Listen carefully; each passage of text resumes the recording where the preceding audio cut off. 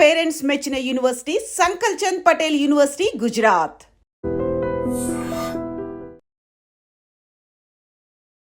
గతంలో మీరు ఎంపీ అయిన దానికి మీరు పడ్డటువంటి కష్టం కావచ్చు, పెట్టినంత ఎఫర్ట్స్ అనేది దానికి డబుల్ ట్రిపుల్ కనిపించినట్టున్నాయి మున్సిపల్ ఎన్నికల్లో. ఈ ఎంపీ ఎన్నికలు చాలా ఈజియెస్ట్ ఎన్నిక. ఫ్రెండ్స్ పార్టీ వేవ్ తోటి గెలిచే ఎన్నికలు. చామల కిరణ్ కుమార్ రెడ్డి అనే వ్యక్తికి 16 లక్షల ఓటర్లల్లో 10,000 మంది ఓటర్లు కూడా పర్సనల్గా పరిచయం ఉండరు. నా ఫస్ట్ ఎలక్షన్ అనేది it's not an election, it was selection. మన తెలంగాణలో 3 మున్సిపాలిటీలు వీటి గురించి మాట్లాడుకుంటున్నారు. ఒకటి తొర్రూర్, జనగాం, కేతనపల్లి. సో జనగాంలో మీరు రోల్ ప్లే చేసిండ్రు, చాలా కీలకమైంది, అది క్రూషియల్, కాంట్రవర్సీస్ కూడా అయినాయి. జనగాం అనేది నాకు బేసిక్గా అక్కడ ప్రత్యర్థి పల్లా రాజేశ్వర రెడ్డి సామవేద దండోపాయాలకు పెట్టిందే పేరు ఆయన. కమ్యూనిస్టు క్యాపిటలిస్ట్ అయితే ఏమైందో మీకు తెలుస్తుంది రాజకీయాలలో. కమ్యూనిస్టు క్యాపిటలిస్ట్ అయినప్పుడు ఆ బీభత్సాన్ని తట్టుకోలేవు. కాకపోతే ప్రభుత్వం మీ దగ్గర ఉంది కదా, మీ పవర్ఫుల్, మోస్ట్ పవర్ఫుల్ కదా. నేను అదే చెప్తున్నాండి, పవర్ఫుల్ ఉన్న selection of the candidates miss అయిన తర్వాత లీడర్కి క్యాడర్ అంటే భయం ఉన్నోడు పెద్ద లీడర్. క్యాడర్ని తక్కువ చూపు చూసి ఇక గెలిచినాం కదా, ఎవర్రా నువ్వు ఎందుకు చేసినావురా, ఇదే టైం అరా ఫోన్ చేసేదన్నాం అనుకోండి, లీడర్లకు అర్థం కావట్లే ఈ రాజకీయాలు అనేది గత జన్మలో ఏదో పాపం చేసుకుంటే.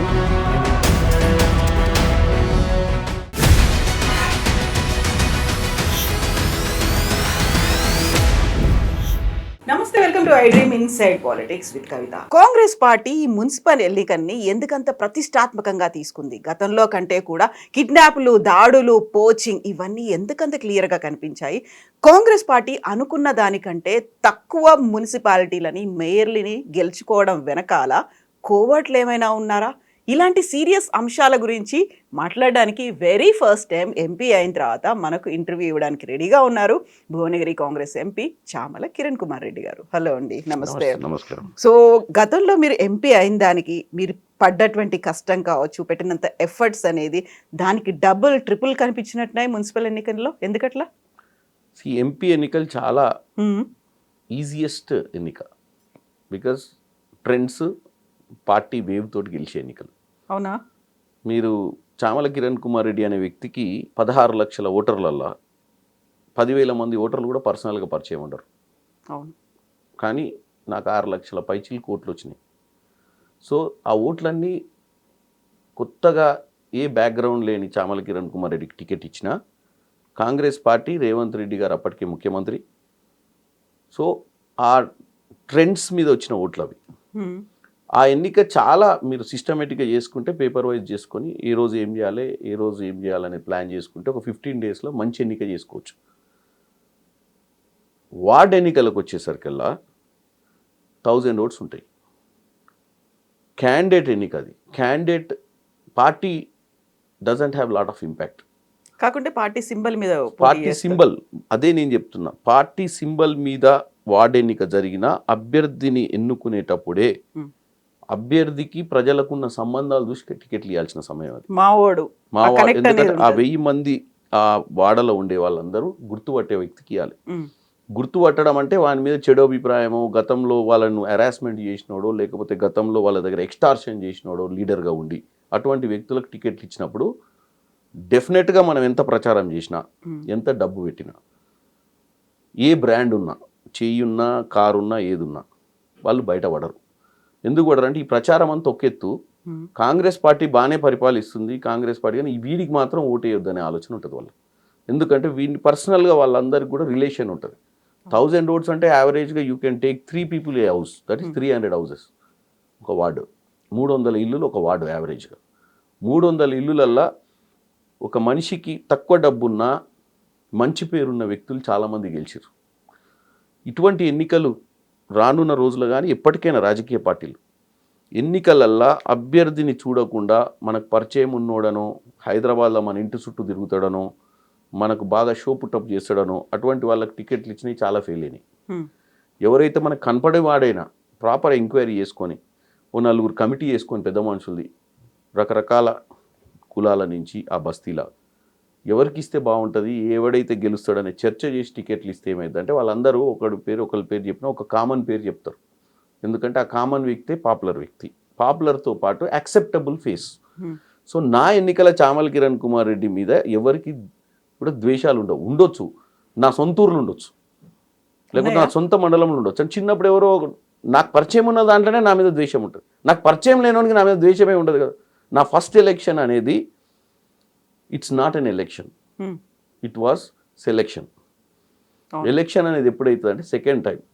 ఇప్పుడు ఏంది, నా ఇంటికి చాలామంది కార్యకర్తలు వస్తుంటారు, చాలామంది ఎక్స్పెక్టేషన్స్ పెట్టుకొని వస్తుంటారు, నా బిహేవియర్ని చూస్తారు దగ్గర నుంచి, నేను ఎట్లా రిసీవ్ చేసుకుంటానో చూస్తారు. బట్ చిన్న కార్యకర్త కావచ్చు, పెద్ద లీడర్, మండల స్థాయి లీడర్ రావచ్చు నా ఇంటికి, ఒక వార్డు సభ్యుడు రావచ్చు, గ్రామ పంచాయతీ వార్డు సభ్యుడు అంటే లోయెస్ట్ ఎలక్టెడ్ బాడీ మెంబర్ వచ్చిన వ్యక్తికి నీ మీద ఒక అభిప్రాయం ఏర్పడుతుంది. ఇంటికి వచ్చినప్పుడు కానీ, నీ ఆఫీస్కి వచ్చినప్పుడు కానీ, ఏదైనా రోడ్డు మీద కలిసి బండి ఆపి వాడికి అవసరం ఉందనేదో అడగడానికి అభ్యర్థించినప్పుడు కానీ నిన్ను వాడు అనలైజ్ చేసుకుంటాడు. ఎంత చిన్నోడైనా మంచోడు, పలుకుతాడు, పిలిస్తే ఏదైనా ఉంటే ఎమ్మటే పోలీసు వాళ్ళకో లేకపోతే ఆర్డీఓకో ఎంఆర్ఓకో ఏదైనా సమస్య ఉంటే హాస్పిటల్కో ఫోన్ చేస్తాడు, రికమెండ్ చేస్తాడు ఇమ్మీడియట్గా మావోనికి పని చేయని. ఇవన్నీ కూడా in a period of time. ఇంకా అప్పుడు కూడా మీరు ఏంటంటే ఈ 14, 15, 16 లక్షల మందిలో కేవలం మా అంటే ఇంకో 50,000 మందిని కలుగుతారు ఈ 5 ఏళ్లలో. అసలు జనానికి నాయకులకు సంబంధమే ఉండదు. వీళ్ళు పోయి చెప్తుంటారు ఊర్లల్లో మంచి లీడర్ అని ఈ 10 మందికి, వాళ్ళు వింటుంటారు అవునా మంచోడా అని. మళ్ళీ ఇట్లని మీరు ఇంటర్వ్యూలు చేసినప్పుడు ఎక్కడన్నా మీటింగ్లలోనో ఎక్కడన్నా ప్రెస్ మీట్లలోనో ఎక్కడన్నా స్టేజ్ మీద మాట్లాడుతున్నాను చూసి వాళ్ళు విజువలైజ్ చేసుకుంటారు, వీడు చూస్తుంటే పర్లేదు ఇడని.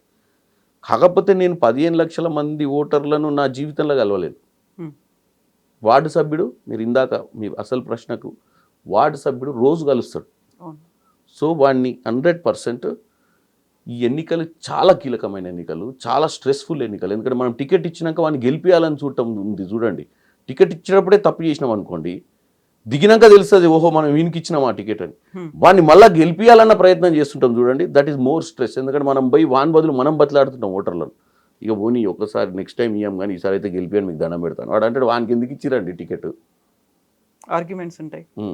వాడి సంగతి తెలుసా, పోయినసారి నన్ను ఇట్లా హరాస్మెంట్ చేసిండు, ఆ పంచాయతీ అయితే వచ్చి వాళ్ళ సైడ్ వకాలత్ తీసుకుండు. ఇప్పుడు పంచాయతీలు అయితే ఆ బస్తీలో ఓ కుటుంబంలో ఒక భార్య భర్త పంచాయతీ అనుకుందాం. మనోడు మధ్యాహ్నం పోయి భర్తకు సపోర్ట్ చేసిన అనుకోండి, ఆ భార్య గుర్తుపెట్టుకుంటుంది ఓహో ఈసారి మంచిగా ఈయనకి సినిమా చూపించాలని. మనోడు ఏమనుకుంటాడు, ఆ కుటుంబాన్ని చక్కదిద్దినా అనుకుంటారు. ఆ కుటుంబంలో ఆమె ఎప్పుడు గుర్తుపెట్టుకోరు, ఇష్టం ఉన్నట్టు మాట్లాడాడు మా ఆయన వంతు. ఇద్దరు భార్య భర్తలు కలిసే ఉంటారు, వీని మీద ఒక అభిప్రాయం భార్యకు ఉంటుంది, వీడు మా ఆయన దగ్గర ఎంతో ఖర్చులకు తీసుకొని అలా పంచాయతీ చెప్పిండేమోనని. సో ఇట్లాంటి చాలా చిన్న చిన్న అంశాలు ఎన్నిక మీద కీలకంగా ప్రభావం చూపుతాయి. ఎవరు నోటి ముందు నీకు ఓటేయ అని చెప్పరు.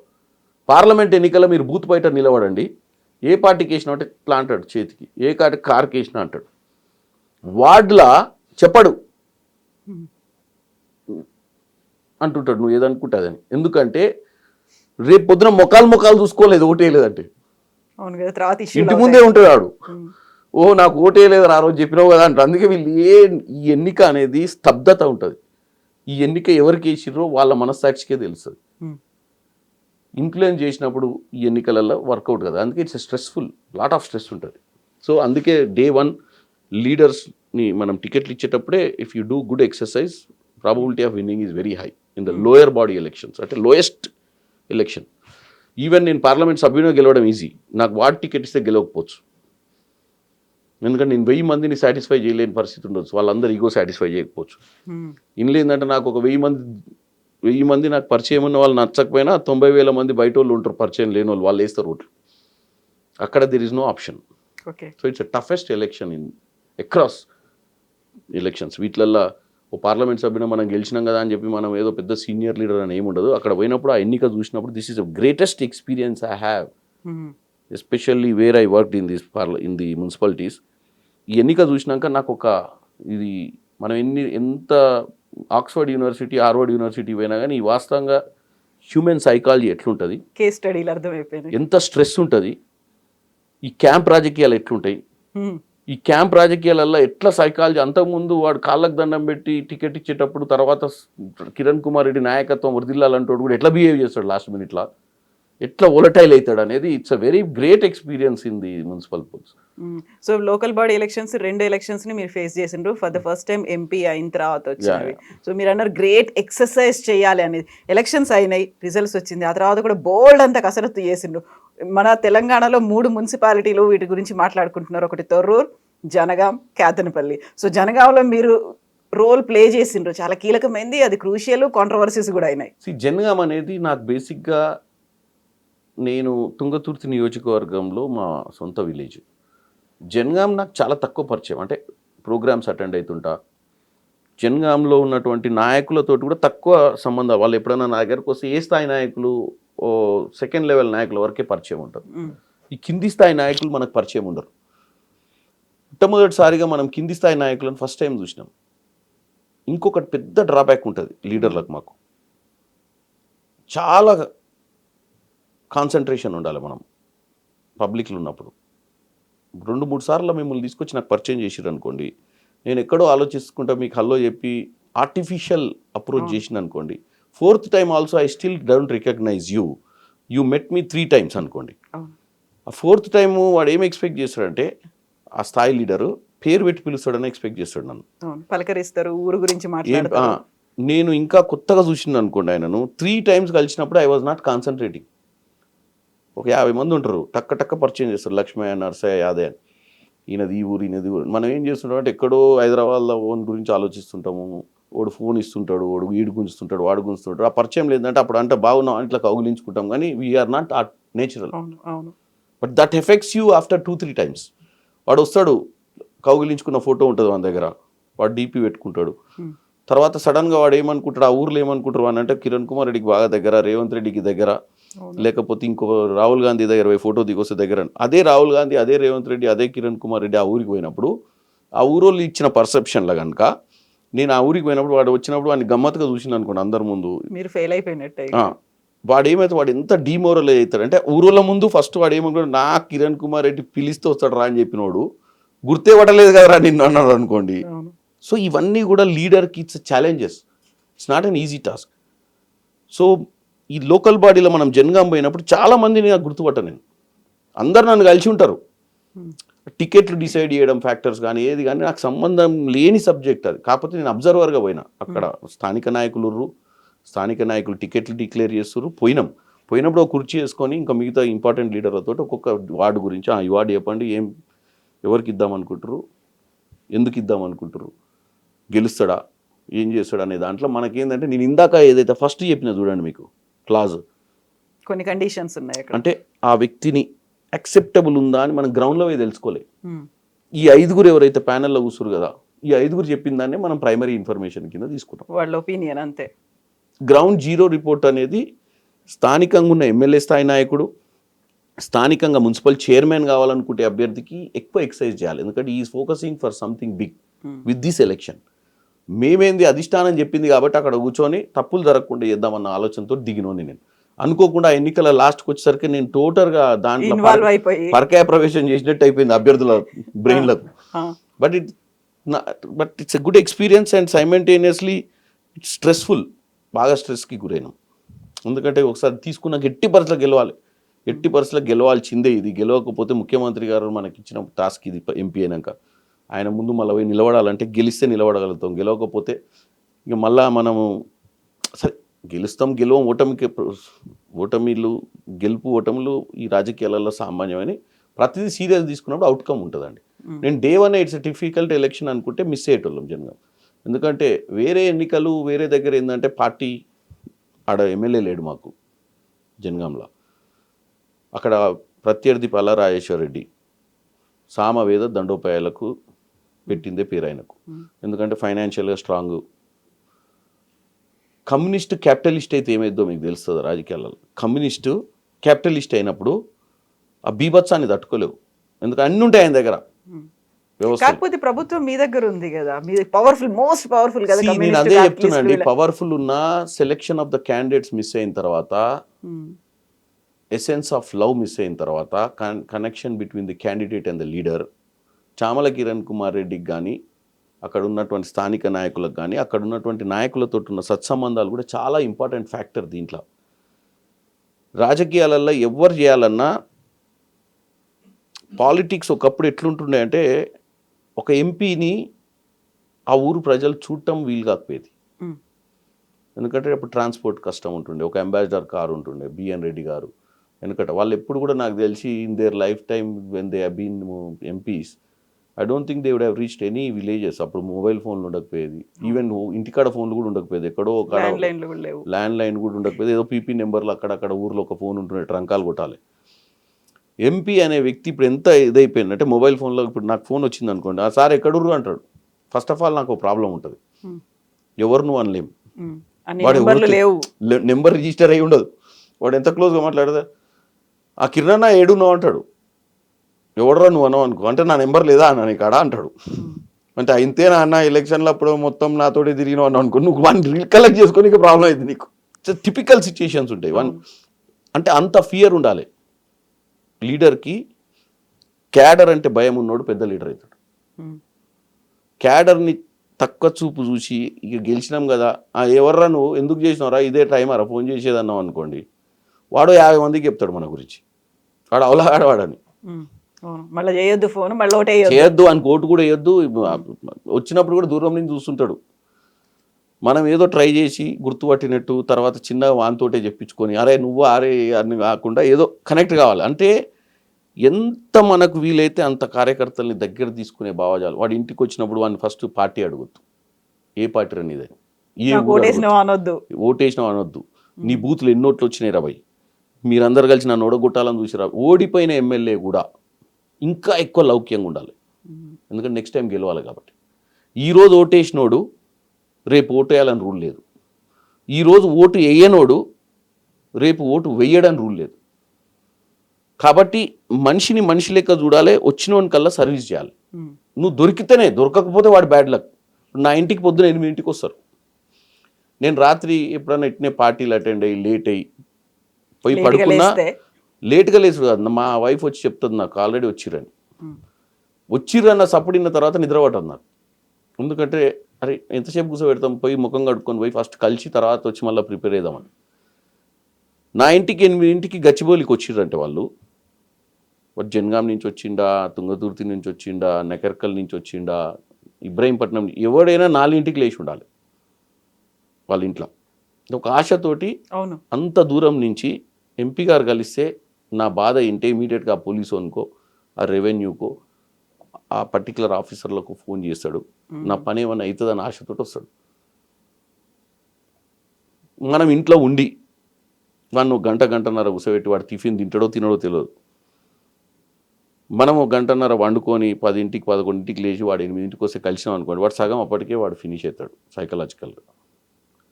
మనం వీలై 2 నిమిషాలు మాట్లాడి వాని పని అయిద్దా కాదా మనకు తెలియదు. కొన్ని కాంప్లికేటెడ్ పనులు ఉంటాయి, కొన్ని ఈజీగా అయిపోయే పనులు ఉంటాయి, కొన్ని ఒరిజినల్గా వాడికి ప్రాబ్లం ఉన్నప్పుడు మనం కూడా ఆఫీసర్లను తోమొదిలి పెడతాం ఎవరైనా ఆఫీసర్ అరెస్ట్ చేసినా.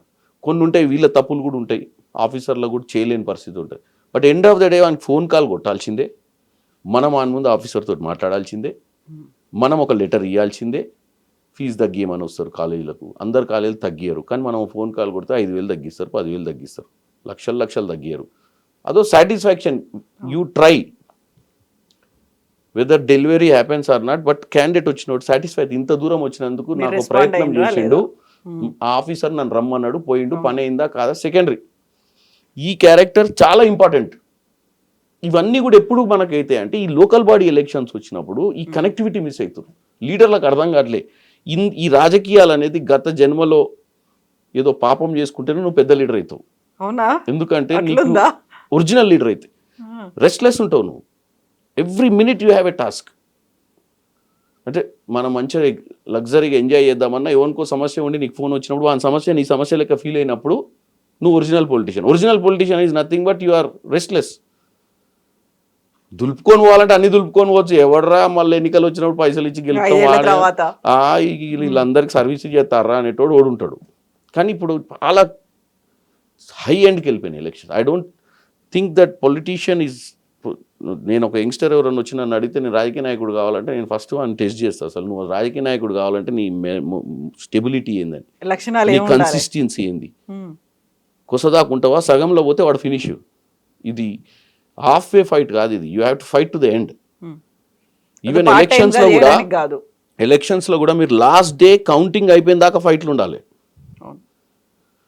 ఎవరో వచ్చి నువ్వు గెలుస్తున్నావు అన్నాక ఎక్కడన్నా మిస్ అయినావు అనుకో 80% లాస్ట్ 20%లో కూడా you can give up election unless నువ్వు నీ బూత్ ఏజెంట్ ఆ 17C ఫామ్ తీసుకొని ఎన్నోట్లు పడ్డాయో స్టాంప్ వేసిన దాకా నువ్వు మానిటర్ చేస్తేనే ఎలక్షన్ చేసినట్టు. ముందు రోజు పైసలు వంచేసినాము, మందు వంచేసినాము అని చెప్పేసి ఎటో పోయి గెలిచినాం అయిపోయా మొత్తం అయిపోయిందంటే ఏం కాదు ఆడ ఎలక్షన్. ఇప్పుడున్న ఎలక్షన్స్ పోల్ మేనేజ్మెంట్ లేని ఎలక్షనే చేయలేవు. పోల్ మేనేజ్మెంట్ ఓటర్ ఈ రోజు కూడా చెప్తున్నా, ఈ ఎన్నికలలో నేను ప్రయత్నం చేసిన ఓటర్ లిస్ట్ పట్టుకొని టిక్కులు కొట్టుకొని రమ్మని చెప్పిన. ఎంతమంది నీకు ఓట్లు వేస్తారో నీ మనస్సాక్షికి తెలిసిన ఓట్లు టిక్ కొట్టుకుంటారు. 1000 మందే కదా, చేస్తే నీకే తెలుస్తుంది కదా. ఇప్పుడు కవిత గారు ఓటు వేస్తారా ఏరా మనకు? కవిత ఎందుకంటే లాస్ట్ టైం కవిత ఒకసారి నేను ఏదో అన్నా సీరియస్ అయింది, హట్ అయింది. ఇది కొద్ది కష్టమే సార్, అడిగి చూస్తా, ఇదైతే గ్యారంటీ చేస్తాడు సార్, ఇది మనం అంటే భలే ఇష్టము. అట్లా టిక్కులు కొట్టుకునే స్థాయికి ఉండాలి రాజకీయం. ఆ 1000 ఓట్లకు ఈ 1000 ఓట్లు వేయించేటోడే రేపు నా ఎన్నికలలో కూడా, నా ఎన్నికలలో 2200 వార్డులు ఉంటాయి. అంటే వార్డుకి 1000 ఓట్లే కదా, నాకు 2200 బూతులు ఉన్నాయి. ఒక్క బూత్కి 1000-1200 ఓట్లు ఉంటాయి. అంటే ఈ ఎన్నికని పర్ఫెక్ట్గా చేస్తే మనకు ఆ ఎన్నిక చేసేటోడు ఎవడో దొరికితే పెద్ద ఎన్నికలు కూడా ఈజీ అవుతాయి మనకు. ఆ మార్కింగ్ చేసేటోళ్ళు ఎవరు అనేది తెలిస్తే. సో ప్రతి ఎన్నిక కూడా మనకు ఒక ఫౌండేషన్ బ్రిక్ అనుకోవాలి. ఈ ఎన్నికలన్నీ కూడా రేపు జనరల్ ఎన్నికలలో ఎవరు మంచోడు, ఎవడు నిజంగా కార్యకర్త, ఎవరికి గ్రిప్ ఉందనేది తెలిసేది కూడా ఈ ఎన్నికలలోనే. బెంచ్ మార్క్ లాగా. తర్వాత వాళ్ళని గ్రూమ్ చేసుకోనికి కూడా మనకు ఒక కెపాసిటీ పెరుగుద్ది. ఏది ఈ ఎన్నికలలో బాగా మార్క్ చేసి చెప్పిన నోట్లు తెచ్చినోడు ఎవడని. సార్ మనకు 600 వస్తాయి సార్ అంటాడు. ఎట్లరా అంటే నేను చెప్తున్నా కదా సార్, మళ్ళీ మనం నేను ఏమంటున్నా, ఎన్నిక ఫెయిల్ అయితే పోస్ట్ మార్టం చేసి ఏం తప్పు చేయరు. సక్సెస్ అయినా కానీ పోస్ట్ మార్టం ఉండదు. సక్సెస్ అయినాక అట్లీస్ట్ నువ్వు ఒక రివ్యూ పెట్టుకొని ఎవడు వాస్తవంగా నీ కోసం పనిచేసిండు, ఎన్నిక గెలిపేందుకైంది, ఎవడి వల్ల గెలిపోయిందో వాడిని అప్రిషియేట్ చేయాలి, వాడిని రెసిప్రోకేట్ చేయాలి, వాడికి నీ ప్రేమను చూపించాలి, వాడిని చార్జ్ చేయాలి. సో దట్ వాడు మళ్ళీ ఒక ఫేస్లు ఉంటాడు. వాడిని ఎన్నిక అయిపోయిన తర్వాత మనం వాడిని పట్టించుకోలేదు అనుకోండి. ఈరోజు ఎన్నికలు అయిపోయినాయి, అందరు చైర్మన్లు ప్రమాణ స్వీకారం చేసాం, మనం హైదరాబాద్ వచ్చేసినాం. ఆ వార్డులో నిన్నటిదాకా వాళ్ళతో యాక్టింగ్ చేసినాం, తమ్ముడు అన్న అక్క అని. ఇంకో వారం రోజుల తర్వాత మనం పోయి వాళ్ళని పలకరిస్తే మనం స్ట్రాంగ్ లీడర్ అవుతాం. వాడిని అసలు టోటల్గా మళ్ళీ ఇంకో ఎన్నిక వచ్చిన దాకా వాడిని పలకరియలేదు అనుకోండి, సరే ఏదో చేసి ఉంటాం మంచి వచ్చాడు అది పక్కన పెట్టండి, అవన్నీ ఒక ఎత్తు. మళ్ళీ ఇది కూడా చాలా ఇంపార్టెంట్, ఏది ఈ సంబంధాలు, ఫాలో అప్లు, మంచిగా చేసిన వాడిని అప్రిషియేట్ చేయడం, వాడిని పిలిచి ఛాయ్ తాపియడం, పోయినప్పుడు వాడిని అందరి ముందు పొగడడం. అది ఏమైందంటే మనకు లీడర్, అందుకే నేనేమంటున్నా, లీడర్ అనేట ఆయనకు this is one success is not the end of the job. If you want to continue in politics, if you want to contest n number of times. ఒకప్పటికి ఇప్పటికి ఈ లాస్ట్ 4-5 ఇయర్స్లో మారిపోయినాయి రాజకీయాలు. గతంలో ఏంటంటే ఏమవుతుంది మనకి ఇప్పుడు రాజకీయాలలో ఎట్లయిపోయిందో, ప్రతి ఒక్కడికి అట్లీస్ట్ జనం కాకుండా ప్రతి ఏరియాలో 10-15 మందికి నీకు రోజు సంబంధాలు ఉండాల్సిన పరిస్థితి ఏర్పడ్డది. అంటే 1000 ఓట్లకు 10 మంది 20 మంది వాళ్ళే బూత్ ఏజెంట్లు, వాళ్ళే ఓటర్ మార్కింగ్, వాళ్ళతోటి సంబంధాలు ఉండాలి కదా. వాళ్ళకి ఎట్లుండాలంటే డబ్బుకు అమ్ముడు పోద్దు, వాళ్ళు నాయకుని మీద ప్రేమ ఉండాలి, పైసలు ఇచ్చినా తీసుకొని అన్యాయం చేయకుండా ఉండాలి. ఎప్పుడు వానికి నా మీద కోపం ఉంటుంది అంటే అవకాశం కోసం చూస్తుంటాడు, ఎప్పుడు నన్ను దొక్కుదాం. ఈరోజు కాంగ్రెస్ పార్టీకి వ్యతిరేకత లేదు ప్రజలలో, కొంతమంది నాయకుల మీద వ్యతిరేకత ఉంది. ఎందుకంటే నేను చెప్పిన క్యారెక్టర్ సూట్ కావట్లేవు. అందులో వీళ్ళు ఎమ్మెల్యే లేరు, పెద్ద పెద్ద లీడర్ లేరు, గతం లేని వాళ్ళు కూడా ఇలా. కానీ ఇప్పుడు సాఫ్ట్వేర్ మారిపోయింది, పబ్లిక్ థింకింగ్ మారిపోయింది. ప్రతి ఒక్కడికి అటెన్షన్ కావాలి, ప్రతి ఒక్కడికి గుర్తింపు కావాలి, ప్రతి ఒక్కడికి సెల్ఫ్ రెస్పెక్ట్ కావాలి. కొన్నిసార్లు డబ్బు కూడా దాని ముందు పనిచేయదు. బట్ నువ్వు దొరకవా అనేది, దొరికిన రోజు అయితే నువ్వు పని చేసి పెట్టాలి, ఫోన్ ఎత్తాలి. ఫోన్ ఎత్తకపోతే నీ పిఏలకు 100% అటెన్షన్లో పెట్టి ఇష్యూస్ ఏమైనా ఉంటే ఇమీడియట్గా అడ్రస్ చేసేయాలి. వాళ్ళు నీ పిఏ నన్ను ఎంపవర్ చేయాలి. మినిమం ఇష్యూస్ని వాడు అడ్రస్ చేసేటట్టు. ఇప్పుడు జనగాం ప్రతిష్టాత్మకంగా తీసుకుంది కిరణ్ కుమార్ రెడ్డి అయినా కాంగ్రెస్ ప్రభుత్వమా లేకపోతే సీఎం రేవంత్ రెడ్డి? బేసిక్గా ఏంటంటే మనకు అక్కడ ఎమ్మెల్యే లేడు కాబట్టి పార్లమెంట్ సభ్యునిగా నాకు కొమ్మూరు ప్రతాప్ రెడ్డి గారికి సాయం చేయడానికి అక్కడ ఏమన్నా ఉన్నా కానీ మంచి చెడు వెనుక బ్యాకప్ ఉండడానికి పంపించారు నన్ను. కానీ అక్కడికి పోయిన తర్వాత కొంచెం ఏంటంటే అక్కడున్న నాయకులు చెప్పేది ఒకటి చేసేది ఒకటి కనపడ్డది నాకు. అంటే వాళ్ళు మనస్ఫూర్తిగా మన ముందు మాట్లాడేది గ్రౌండ్లోకి పోయినాక కొద్దిగా తేడా కనపడ్డది నాకు. పల్లా రాజేశ్వరరెడ్డి అంత సక్సెస్ఫుల్గా రాజకీయాలు ఎట్లా చేయగలుగుతుందంటే పల్లా రాజేశ్వరరెడ్డి ఇక్కడున్న యాంటీ ఇన్కంబెన్సీని ఇక్కడున్నటువంటి కొద్దిగా అసంతృప్తిని కన్వర్ట్ చేసుకుంటుంది. ఏమని ఏదైనా ఇన్పుట్ ఇవ్వమనో లేకపోతే ఎక్కడైనా డ్యామేజ్ చేయాల్సి వస్తే డ్యామేజ్ చేసే విధంగా కొంతమందిని తయారు చేసిండు 100%. నన్ను పల్లా రాజేశ్వరరెడ్డి అడిగిండు, ఎందుకు ఇంత జిద్దుకు తీసుకున్నావు నా మీద? నేను చెప్పిన, అన్న నీ స్థాయి రాజకీయ నాయకుని కాదు నాన్న, నీకున్న టాలెంట్ నా దగ్గర లేదు. నువ్వు వేసే సామ వేద దండోపాయాలు నేను చేయలేను పాలిటిక్స్లో. నేను ఏదో సహాయం చేయనీకి వచ్చిన ఆఖరికి ఆ దేవుడు కూడా సహాయం చేసిండు నాకు. కాకపోతే తొండి గేమ్ అంతా ఆడిండ్రనేది కదా మీరు. నేను ఒకటి చెప్తానండి, నేను తొండి ఆడలే. మాకు 13 వచ్చినాయి, పల్లా రాజేశ్వరరెడ్డి గారికి 13 వచ్చినాయి. అవును, 4 ఇండిపెండెంట్లు. నేను తొండే చేసేది ఉంటే, మీరు పల్లా రాజేశ్వరరెడ్డి గారిని ఇంటర్వ్యూ అయిన తర్వాత తొండే చేసేది ఉంటే ఈ 2 నాకు 2 ఆయనకు వచ్చిందిగా 3 అభ్యర్థి ఎవరు నిన్న వైస్ చైర్మన్ అయ్యిండు పర్వతాల్. ఈ పర్వతాల్ అనే వ్యక్తిని మా వార్డ్ అధ్యక్షుడు అంటే కాంగ్రెస్ పార్టీ వార్డ్ ప్రెసిడెంట్ మేము బీఫామ్ ఇవ్వలేదని ఇండిపెండెంట్ వేసి గెలిచిన నిమ్మటే వెహికల్స్లో తీసుకొస్తారు ఎక్కడి నుంచి, జనగాం నుంచి హైదరాబాద్కి. భువనగిరి దగ్గర ఒక ఫోర్ట్ గ్రాండ్ హోటల్లో ఛాయ్ తాగుతున్నంటే నేను ఇమీడియట్గా అక్కడికి వెళ్ళి లోపల కూర్చోబెట్టుకున్నాను. బయట పోలీసులు అందరు ఉన్నారు, ఎవరిని లోపల పంపేయండి, మనతో మాట్లాడాలి. 1 అవర్ 1.5 అవర్ మాట్లాడిన పల్లా రాజేశ్వర అందరు వచ్చారు, ఎవరిని లోపల రానివద్దు. నేను పల్లా నాకు ఫోన్ చేస్తుండు రాజేశ్వరరెడ్డి గారు, ఎత్తలే ఫోన్. ఏమంటుండు పోలీసు వాళ్ళను, లేలే దౌర్జన్యం, చామల కిరణ్ కుమార్ రెడ్డి అభ్యర్థిని లోపల కూర్చోబెట్టుకుండు, దాడులు కాదు. మీరు పల్లా రాజేశ్వరరెడ్డి గారిని అడగండి, ఆ పర్వతాలని కూడా అడగండి. ఇప్పుడు నేనేమన్నా, రే పర్వతాలను కాంగ్రెస్ కదరా, తప్పైందిరా, నాకు తెలియలేదు, నువ్వు నిజంగా ఇంత స్ట్రాంగ్ లీడర్ అని తెలితే నీకే టికెట్ ఇద్దాం, నాకు అవగాహన లేక నా బుద్ధి తక్కువ పని అయిందిరా అని బట్లాడుకుంటున్నా. నువ్వు ఏం కావాలో చెప్పురా నాయన, నేను నీకు హెల్ప్ చేస్తా, నీకు భవిష్యత్తు ఉంది, నువ్వు కాంగ్రెస్ బ్లడ్, మా తప్పిదాన్ని క్షమించి నువ్వు వస్తే నిన్ను గుర్తుపట్టినా నిన్ను ఫ్యూచర్లో నేను ఒక పార్లమెంట్ సభ్యుని నేను గుండెలకు అద్దుకొని నిన్ను కాపాడుకుంటారా అని బతలాడుకుంటున్నాను. వాడు 1 నిమిషం హట్ అవుతుండు, వాని పక్కన కొంతమంది ప్రొవోక్ చేస్తున్నారు. బయట పల్లా రాజేశ్వరరెడ్డి వాళ్ళకి ఫోన్ చేసి ఆఫర్ల మీద ఆఫర్లు ఇస్తుండు. పైన నేను వీళ్ళని బయటికి పంపండి, లేదు మేము అంతా కష్టపడి పని చేసినాం, మేము పక్కన ఉండాల్సిందే అంటారు వాళ్ళు 10 మంది. అరే నాయన మీరు వీళ్ళు మెంటల్గా దుబ్బుతుర్రు నాయన, బయటికి పోరని చెప్పిన. లేదా అన్న వాళ్ళు పోతే నేను కూడా వెళ్ళిపోతా అంటారు, నేను నీతో మాట్లాడితే నా పక్కన వాళ్ళు ఉండాలి. వాడేం చేస్తుంది, ఫోన్ పట్టుకొని అన్న మాట్లాడు 1 నిమిషం అంటాను. పల్లా బయట ఉండికెళ్ళి ఫోన్ కొడుతుంది. లాస్ట్కి నేనేమన్నా ఒక 1/2 అవర్ 1 అవర్ పోలీసు వాళ్ళు అందరూ వచ్చారు, సార్ ఏందో చెప్పండి సార్, బయట చాలా పెద్ద గొడవ చేయకండి, అరే నువ్వు ఆలోచించుకొని చెప్పరా వెళ్ళిపో అని చెప్పిన. పోయిండు డైరెక్ట్ పల్లా బయటకు పోగానే కార్లు ఎక్కించుకుంటూ తీసుకుపోయిండు. పల్లా నాకు ఫోన్ చేసి థ్యాంక్ యూ అన్న అన్నాడు. దేనికన్నా, నువ్వు నిజంగా జెన్యూన్ అన్న అన్నాడు. నేను వాడిని దౌర్జన్యంగా గుంజుకోవాలంటే అధికారంలో ఉన్నా అని వాడిని వెనకకెళ్ళి గుంజుకొని పోదు, నువ్వు తీసుకొని దాచిపెడదు, నువ్వు గుండా రాజకీయాలు చేయాలంటే. నేను రిక్వెస్ట్ చేసుకున్నా, నేను సైకలాజికల్గా ప్రెషర్ పెట్టాలను నీ లెక్క ఆఫర్లు ఇవ్వాలనుకోలే. నేను ఒరిజినల్గా తప్పిదం జరిగింది, నువ్వు వస్తే మనం మాట్లాడుకుందాం.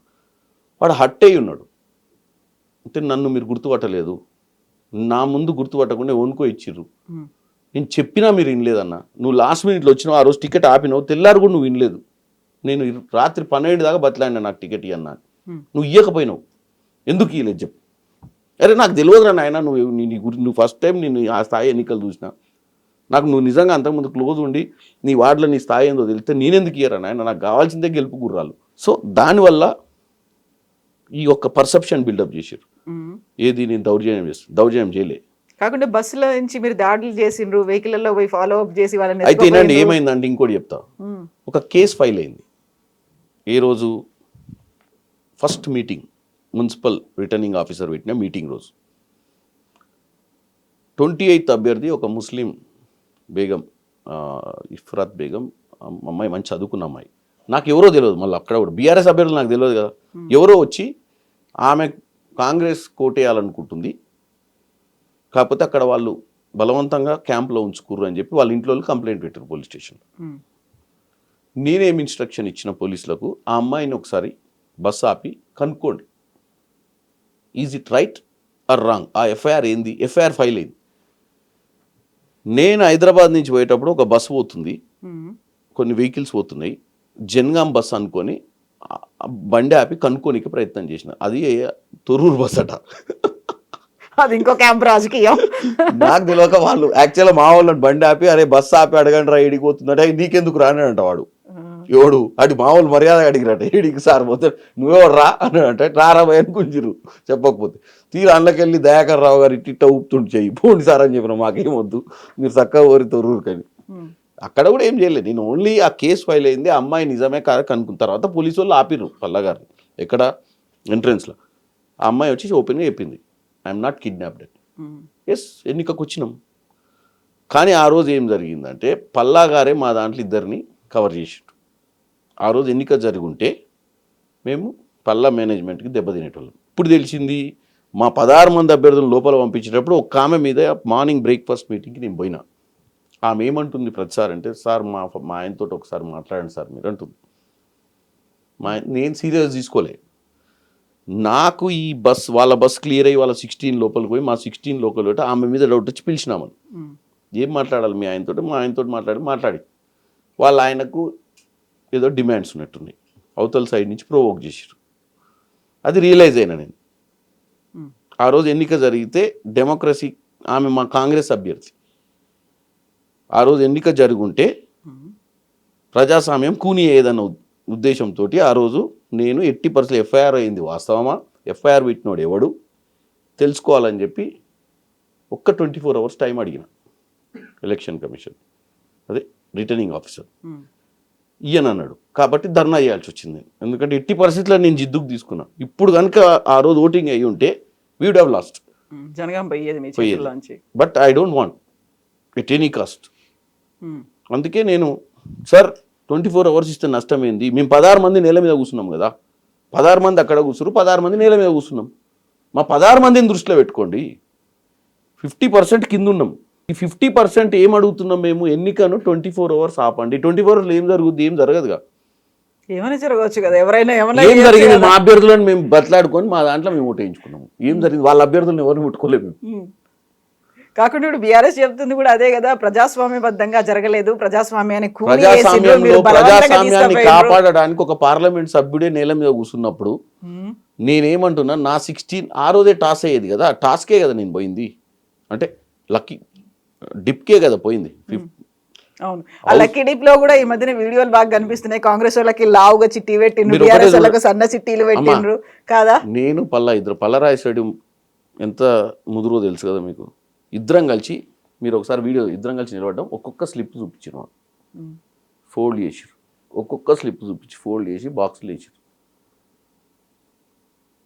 ఇద్దరం కలిసి యాక్సెప్ట్ చేసినాకనే చిన్నగా ఉంది ఇది, పెద్దది తీసుకురమ్మంటే పెద్దది కూడా తెప్పించినాం ఆయన అడిగితే, ఎందుకంటే అవి సరిగ్గా మిక్స్ కావాలి.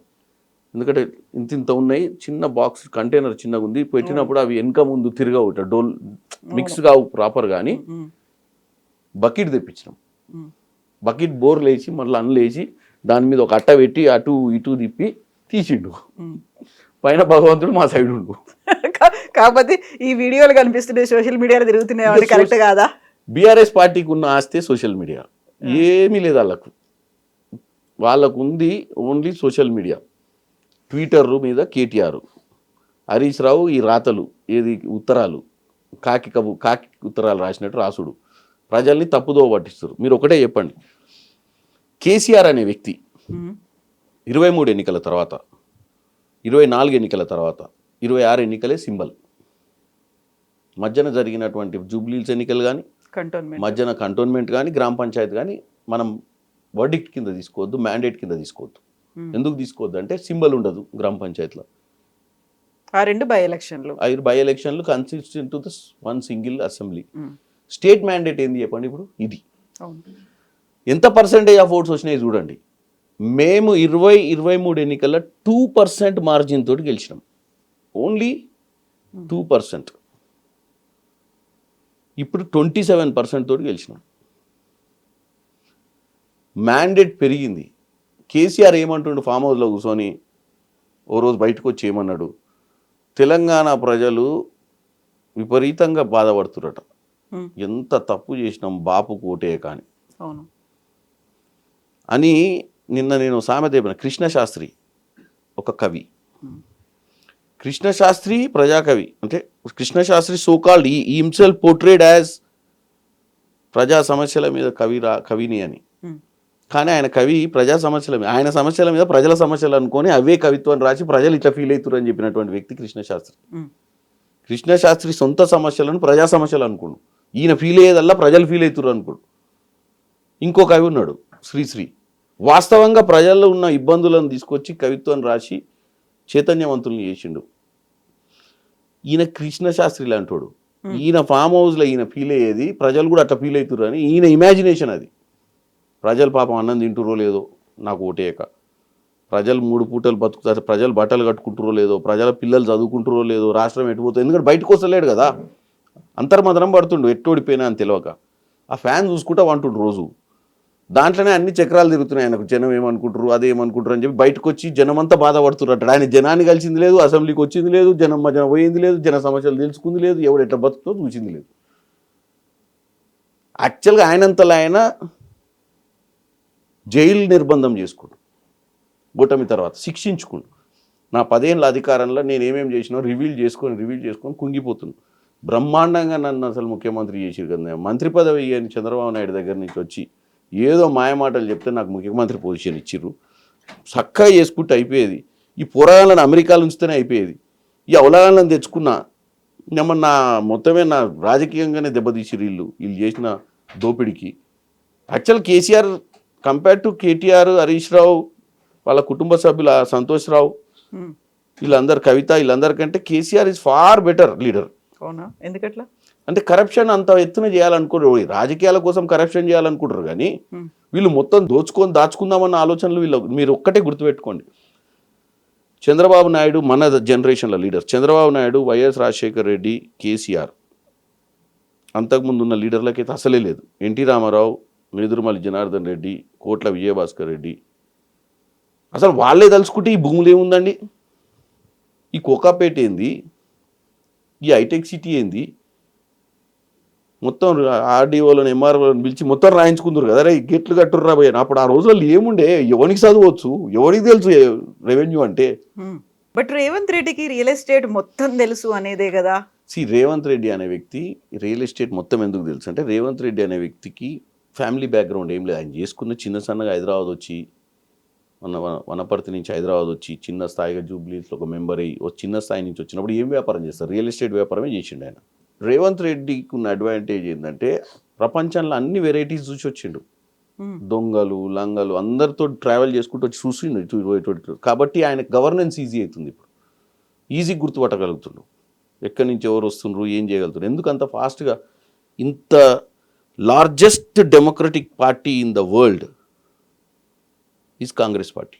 543 స్థానాలల్లో పోస్ట్ ఇండిపెండెన్స్లో ఫైట్ చేసేటువంటి పార్టీ కాంగ్రెస్ పార్టీలా 2017లో వచ్చిన తర్వాత 2023 కల్లా ముఖ్యమంత్రి కాగలిగిందంటే ఫోకస్డ్ కదా. He understands politics far better than any other leader. ఏమంటారు మీరు, కింది స్థాయి నుంచి ఇప్పుడు లెగసీ ప్రకారం వచ్చే లీడర్కి ఏమైందంటే, ఆల్రెడీ అంతా ఎస్టాబ్లిష్ అయినాక వచ్చి గద్దె మీద కూర్చుంటారు, గ్రౌండ్ ప్రిపేర్ అయి ఉంటుంది. కేటీఆర్ అనేటోడికి ఏం సంబంధం చెప్పండి సిరిసిల్లతోటి? ఎప్పుడన్నా సిరిసిల్లలో జెండా కట్టిండా? ఎప్పుడన్నా సిరిసిల్ల ఉద్యమంలో ఉండా? మహేందర్ రెడ్డి సిరిసిల్లాల కేసీఆర్కి కుడి భుజం లెక్క ఉండి ఉద్యమంలో పాల్గొన్న వ్యక్తి. డైరెక్ట్ అమెరికా నుంచి ఊడిపడి రాత్రి వచ్చి ఆయన బీఫామ్ కూడా బిక్కొని నిలబడ్డాడు. ఏం ఆట బీఫామ్ రానికి ఎన్ని కష్టాలు ఉంటాయి. ఇదే రేవంత్ రెడ్డి గారు కూడా 2004లో బీఫామ్ అడిగిండు, ఎక్కడి నుంచి, కల్వకుర్తి నుంచి. ఎందుకు లేదు? అదే కేసీఆర్ని అడిగిండు. అప్పుడు అలయన్స్ ఉండే, కాంగ్రెస్ అలయన్స్. జయపాల్ రెడ్డి ఒప్పుకోలే అప్పుడు, కల్వకుర్తి సీట్ ఇచ్చేదే లేదని. ఆయనకు తెలుసు ఒక బీఫామ్ రావాలంటే ఎంత కష్టంగా ఉంటుందో, ఎన్ని అడ్డంకులు ఉంటాయో సామాన్యునికి. సో రాజకీయాల experience make lot of difference. ఒక బీఫామ్ మీ ఇంటికి వచ్చుడు వేరు, ఒక బీఫామ్ కోసం మీరు 100 మంది దగ్గర పోయి బతలాడుకొని 1000 మంది కార్యకర్తలను మనల్ని పొంది బీఫామ్ తెచ్చుకోవడం అనేది డిఫరెన్స్ ఉంటుంది. ఇప్పుడు రేవంత్ రెడ్డి కూడా అలాగే వచ్చారు కదా, అదర్ పార్టీ నుంచి ఫస్ట్ బీఆర్ఎస్, తర్వాత టీడీపీ, ఆ తర్వాత కాంగ్రెస్కి వచ్చిన తర్వాత హౌ హీ కుడ్ బికమ్ ఒక వర్కింగ్ ప్రెసిడెంట్ అయినరు, ఆ తర్వాత సీఎం అయినరు, ఎట్లా అయినరు? See, that's what I am saying. Quality of person to understand the reality. Congress party Telangana ఇచ్చింది యూపీఏ ప్రభుత్వంలో, కానీ తెలంగాణ ప్రజలను మేమే ఇచ్చినామని చెప్పుకోవడంలో వైఫల్యం చెందింది. ఎందుకంటే కేసీఆర్ ఈజ్ ద స్మార్టెస్ట్. అప్పుడు 2014లో కేసీఆర్ అనే వ్యక్తిని వచ్చిన తెలంగాణ నా వల్ల వచ్చిందని తెలంగాణ ప్రజల ముందు పోర్ట్రే చేసుకోగలిగారు. అప్పుడున్నటువంటి కాంగ్రెస్ నాయకులు చేసుకోలేకపోయారు. పొన్నాల లక్ష్మయ్య గారు 2014లో, తర్వాత 2018లో ఉత్తమ్ కుమార్ రెడ్డి గారు ప్రయత్నం చేసిర్రు, కానీ అప్పటికే ఆయన బలవంతుడు అయిపోయాడు ఫైనాన్షియల్గా అన్నిట్లల్లో. సో 2018లో మిస్ అయినాం. 2023 ఈజ్ ద రైట్ టైం, ఎందుకంటే 10 years of governance, anti incumbency. Right టైంకి రేవంత్ రెడ్డి గారు మెస్సీ లెక్క గోల్ పోస్ట్లో గోల్ కొట్టాడు. కరెక్ట్ టైంకి ఆ బాల్ ఆయన దగ్గరికి వచ్చింది, ఆడ వాబ్లింగ్ చేసుకుంటా కరెక్ట్ టైంకి గోల్ పోస్ట్లో కొట్టడానికి క్లియరెన్స్ ఉంది, quotation. That is the player. Time is very important when you are opportunity కోసం వెయిట్. మీరు అట్లా అనుకుంటే మరి అదే రేవంత్ రెడ్డి గారు మంత్రి పదవి తీసుకోవాలనుకుంటే నేను ఒకటే సింగిల్ లైన్లో చెప్తాను మీకు. 2006లో జెడ్పీటీసీ, అది టీఆర్ఎస్ పార్టీ ఇండిపెండెంట్. తర్వాత టీఆర్ఎస్కి వచ్చింది, రాలే. 2002లో టీఆర్ఎస్లో అప్పుడు కేసీఆర్ ఉద్యమం అని చెప్పి పిలిచిండు. పిల్లగాడు కొద్దిగా పనికొస్తాడు మనకని ఆయనతో తిరిగి నాకు 2004లో టికెట్ అడిగితే టికెట్ ఇవ్వలేదు, వదిలేసి సప్పుడేక ఈ అసెంబ్లీ ఎట్లా లేదు మనకని ఒక జెడ్పీటీసీ స్థానంలో సొంతంగా ఆయనే నిలబడి గెలిచి, అంటే వితౌట్ ఎనీ బీఫామ్. ఆ నుంచి ఫస్ట్ టైం ఎమ్మెల్సీలు వచ్చినాయి. కాంగ్రెస్ రాజశేఖర్ రెడ్డి వేవ్, జగదీశ్వర్ రెడ్డి అనే వ్యక్తి కాంగ్రెస్ బీఫామ్ ఇస్తే ఆయన మీద ఇండిపెండెంట్గా కాంగ్రెస్లో గెలిచిన ఎంపీటీసీలను జెడ్పీటీసీలు అందరితోటి మంతనాలు చేసి గెలిచిండు. అంటే ఎంత టాలెంట్ ఉండాలి. ఇందాక మీకు చెప్పిన వార్డు రాజకీయాల లెక్కనే అది. అంటే ఒక రాజశేఖర్ రెడ్డి గారు కనుసందలో నడుస్తున్న ఎన్నికను క్యాంప్ రాజకీయం అది. దాంట్లోనే ఆ రోజు సింబల్ లేకుండా టీడీపీ వాళ్ళతోటి కాంగ్రెస్ వాళ్ళతోటి ఓట్లు వేయించుకొని ఎమ్మెల్సీ అయ్యిండు. 700 ఓట్లు 800 ఓట్లు ఉంటాయి అంతే. Is talented. ఎమ్మెల్సీ కూడా ఏంది, ఇండిపెండెంట్.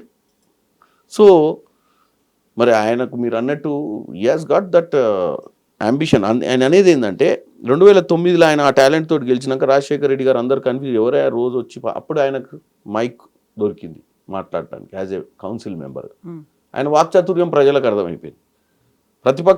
ప్రతిపక్ష పాత్ర పోషిస్తున్నటువంటి ఆయనను ఇమీడియట్గా అప్పుడు రాజశేఖర్ రెడ్డి గారు దగ్గరికి పోతే టాలెంట్ ఉంది, యంగ్, డైనమిక్, మంత్రి పదవి అనేది నథింగ్ ఆయనకు, నెగోషియేట్ చేసుకుంటే. కానీ రూలింగ్లో కాదు, నాకు జీవితంలో ఏముంది, నేను ప్రతిపక్షంలో ఉండి ఎదగాలనుకోండి. రూలింగ్లో పోతే దాచుకోవాల్సి వస్తుంది, ఎదగవు. ఎందుకంటే రూలింగ్లో పోతే సప్పట్లు కొట్టాల్సిందే, అడగనికి ఏమి ఉండదు కదా, అంతా బాగానే ఉందని చెప్పాలి. ప్రజల మధ్యనకు పోవాలంటే అపోజిషన్లు ఉంటేనే పోగలుగుతావు, అపోజిషన్ నుండి ప్రజల తరపున పోరాడగలుగుతావు. సో ఈ మేడ్ అండ్ అపోజిషన్లో ఉండాలి అనే ఒక మైండ్ని ప్రిపేర్ చేసుకో. సో ఆయన అక్కడి నుంచి మొదలుపెట్టి 2014లో కేసీఆర్ తోటి కాంప్రమైజ్ అయ్యి ఉంటే మంత్రి పదవి వచ్చేది.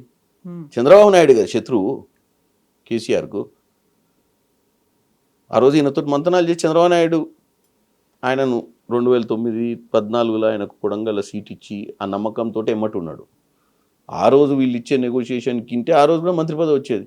అల్టిమేట్ గోల్ చంద్రబాబు నాయుడు బద్నాం చేయాలనే కదా కేసీఆర్. కానీ దేనికి లొంగలేదు, ఆ పొజిషన్లోనే ఉండు. పోనీ కాంగ్రెస్లోకి ఎందుకు వచ్చిండు 2017లో? నిజంగానే ఇక్కడ అప్పుడు ఏముంది, 18లో ఆయనే ఓడిపోయాడు కదా, ఈ కాంగ్రెస్లోకి వచ్చినందుకే ఓడిపోయాడు.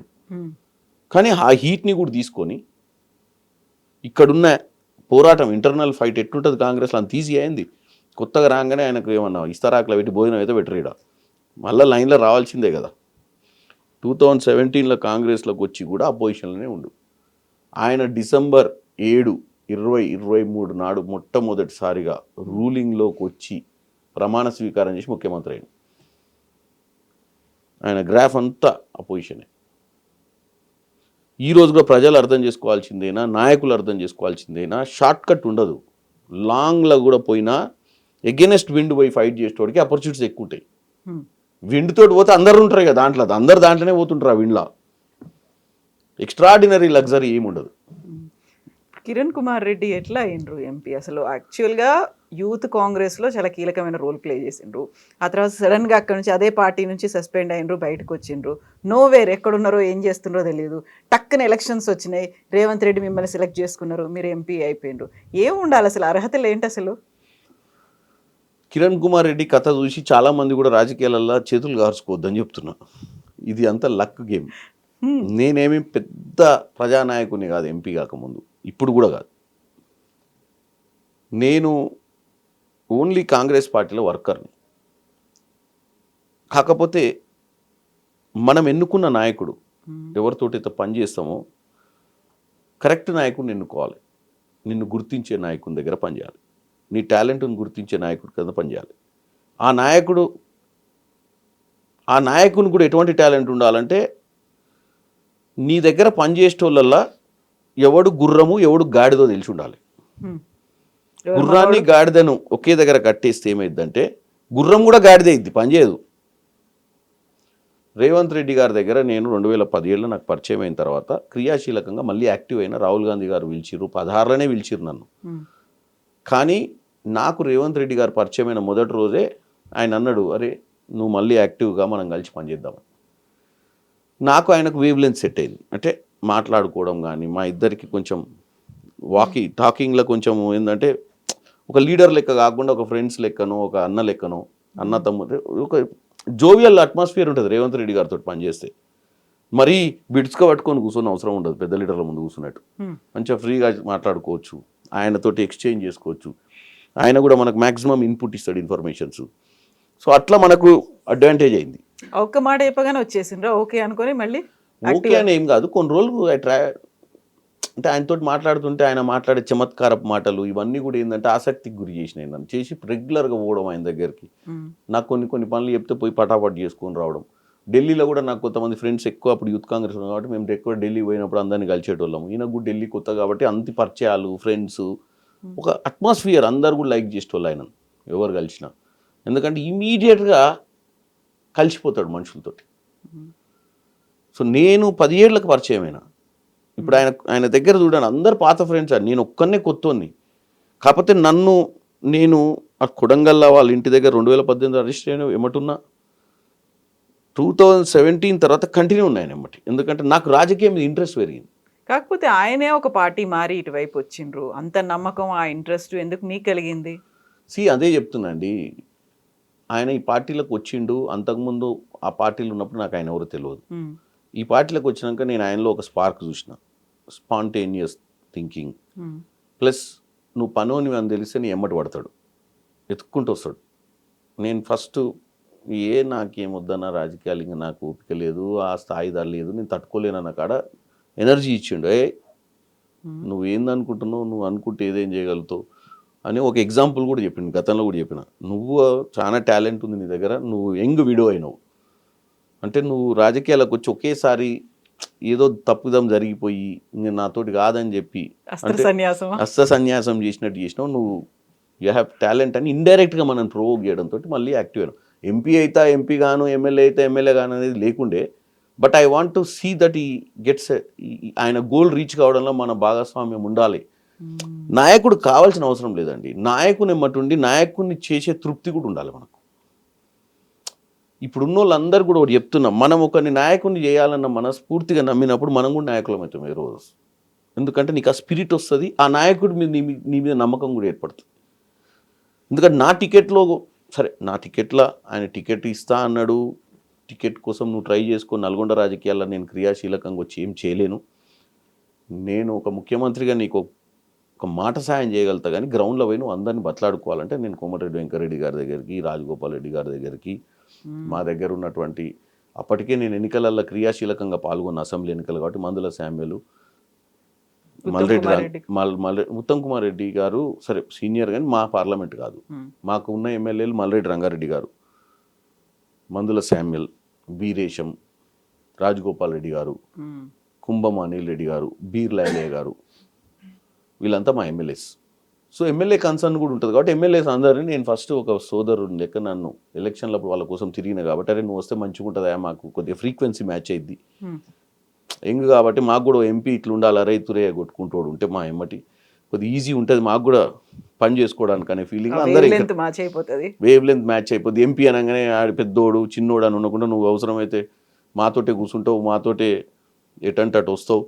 సో మాకు కూడా ఈజీ ఉంటుంది. ఊకే మళ్ళీ ఈ డిఫరెన్స్ ఒపీనియన్స్ ఉండవు, గ్రూప్ రాజకీయాలు ఉండొద్దన్న ఉద్దేశంతో వాళ్ళందరూ నన్ను ఎంకరేజ్ చేసిర్రు. రాజగోపాల్ అన్న కూడా నాకేమొద్దు, నేను నిలబడదలుచుకోలేదు, మా ఇంట్లో ఫ్యామిలీకిన చెయ్యి కిరణ్ అని చెప్పి ఎంకరేజ్ చేయడమే కాకుండా రాజగోపాల్ రెడ్డి గారు అవుట్ ఆఫ్ ద వే వచ్చి నా కోసం 7 నియోజకవర్గాలలో కష్టపడ్డాడు. ఇంత ఖర్చు ఆయనంతా ఆయన పెట్టుకొని కూడా చేశాడు. సో ఆయనకి ఎప్పటికీ రుణపడి ఉన్నాను నేనైతే ఆ విషయంలో. మొదట రేవంత్ అన్న ఫస్ట్, ఎందుకంటే మనల్ని మళ్ళీ పట్టాలు ఎక్కించిండు. పట్టాలు ఎక్కియడమే కాకుండా ఒక అవకాశం ఇచ్చిండు. సెకండ్ నేను లైఫ్లో ఎవరికైనా రుణపడి ఉన్నా అంటే రాజగోపాల్ రెడ్డి గారికి, ఎందుకంటే అవుట్ ఆఫ్ ద వే చేసిండు నా పార్లమెంట్ ఎన్నికలు. సో డెఫినెట్గా నేను యంగ్స్టర్స్కి ఏం చెప్తున్నా అంటే ఇవన్నీ ఏంటంటే నాకు ఎవరు లేరు బ్యాక్గ్రౌండ్, మా మదర్ సైడ్ నుంచి కానీ మా ఫాదర్ సైడ్ నుంచి కానీ, మా తాత, మా నాయనమ్మ, మా అమ్మమ్మ, మా mother side paternal maternal both sides political ఎవరికి లేదు background. Plus more over middle class family. నా గురించి తెలిసిన వాళ్ళు చాలామంది ఉంటారు. అంటే మిడిల్ క్లాస్ అంటే యావరేజ్ మిడిల్ క్లాస్ ఫ్యామిలీ. సరే రెడ్లు ఊర్లో లేదో ఆస్తులు ఉంటాయి చిన్నప్పటి, కానీ ఎన్నికలు చేసే స్థాయి ఉన్నంత కుటుంబం కాదు.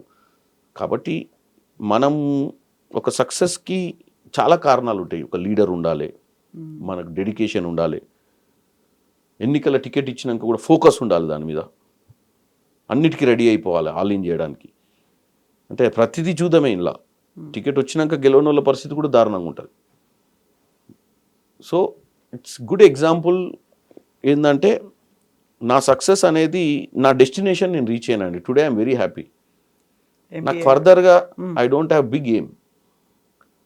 అంటే అందరు అనుకుంటారు నేనేదో ఎక్కువ పార్లమెంట్లో 100% అటెండెన్స్, మీడియాలో మాట్లాడుతుంటా, ప్రతి దగ్గర ఏదో పెద్ద ఏం, ఈవెన్ కాంగ్రెస్ పార్టీలో ఏమైనా కానీ రెస్పాండ్ అవుతారు, మాట్లాడతారు. కాకపోతే నాకు ఏంటంటే నాకు ఈ అవకాశం వచ్చింది కాబట్టి ఈ 5 years మ్యాక్సిమం ఈ వేస్ట్ చేయొద్దు టైం. ఎంతమందినన్నా కలవాలి, ఏ ప్రోగ్రామ్ అయినా అటెండ్, ఎన్ని పెళ్ళిళ్ళైనా అటెండ్ కావాలి, ఎన్ని వీలైనన్ని పెళ్ళిళ్ళు, ఒక 10 ఉంటే 10 అటెండ్ కావాలి. 2 నిమిషాలన్నా పైకి ఎక్కి స్టేజ్ ఎక్కి దిగాలి, వచ్చిపోయిందని తెచ్చుకోవాలి పేరు. వీలైనంత వరకు పార్లమెంట్లో ప్రతిరోజు అటెండ్ కావాలి, ప్రశ్నలు వేయాలి. వీలైనంత వరకు అసెంబ్లీలో ఏదైతే గవర్నమెంట్ ప్రోగ్రామ్స్ అవుతున్నాయో అన్నీ అటెండ్ కావాలి. ఇవి చేస్తే చాలు. నాకు 968 గ్రామ పంచాయతీలు ఉన్నాయి నా పార్లమెంట్లో. దగ్గర ఇప్పుడు కొత్త మున్సిపాలిటీలు జిహెచ్ఎంసీలో కలిసిన వాటి 12 మున్సిపాలిటీలకు ఎన్నికలైంది, 13 ఎకరకలు కాలేదు, 16-17 మున్సిపాలిటీలు ఉన్నాయి కార్పొరేషన్లతోటి, అంటే ఇప్పుడు జిహెచ్ఎంసీలో. సో ఇవన్నిట్లలో కూడా ఒక్కసారన్నా ఆ ఊరికి పోవాలి. ఏది ఈ 968 గ్రామ పంచాయతీల ఆ ఊర్లో పోయి ఆ చౌరస్తాల ఆ బొడ్రాయి కాడ ఒకసారి కూర్చొని 10 మందితో మాట్లాడొస్తే నేను సక్సెస్ అయినట్టు. ఓకే, అంత అవకాశం రావాలని కోరుకుంటారు. మీరు అన్నారు అవుట్ ఆఫ్ ద వెళ్ళిపోయి మీకు హెల్ప్ చేసింది. ఒకటి ఫస్ట్ మిమ్మల్ని నమ్మింది, మీకు టికెట్ ఇచ్చేలా చేసింది మీ వెరీ క్లోజ్ ఫ్రెండ్. ఆ బాండ్ అనేది ఉంది రేవంత్ రెడ్డి దగ్గర. ఆ తర్వాత కోమటిరెడ్డి, రాజగోపాల్ రెడ్డి. ఇప్పుడు ఈ ఇద్దరే ఒకరి మీద ఒకరు మాట్లాడుకుంటున్నారు. కోమటిరెడ్డి, రాజగోపాల్ రెడ్డి ఎందుకని అంత తీవ్ర స్థాయిలో మాట్లాడుతున్నారు? నేను మంత్రివర్గంలో కాదు, మంత్రిని అవుతా.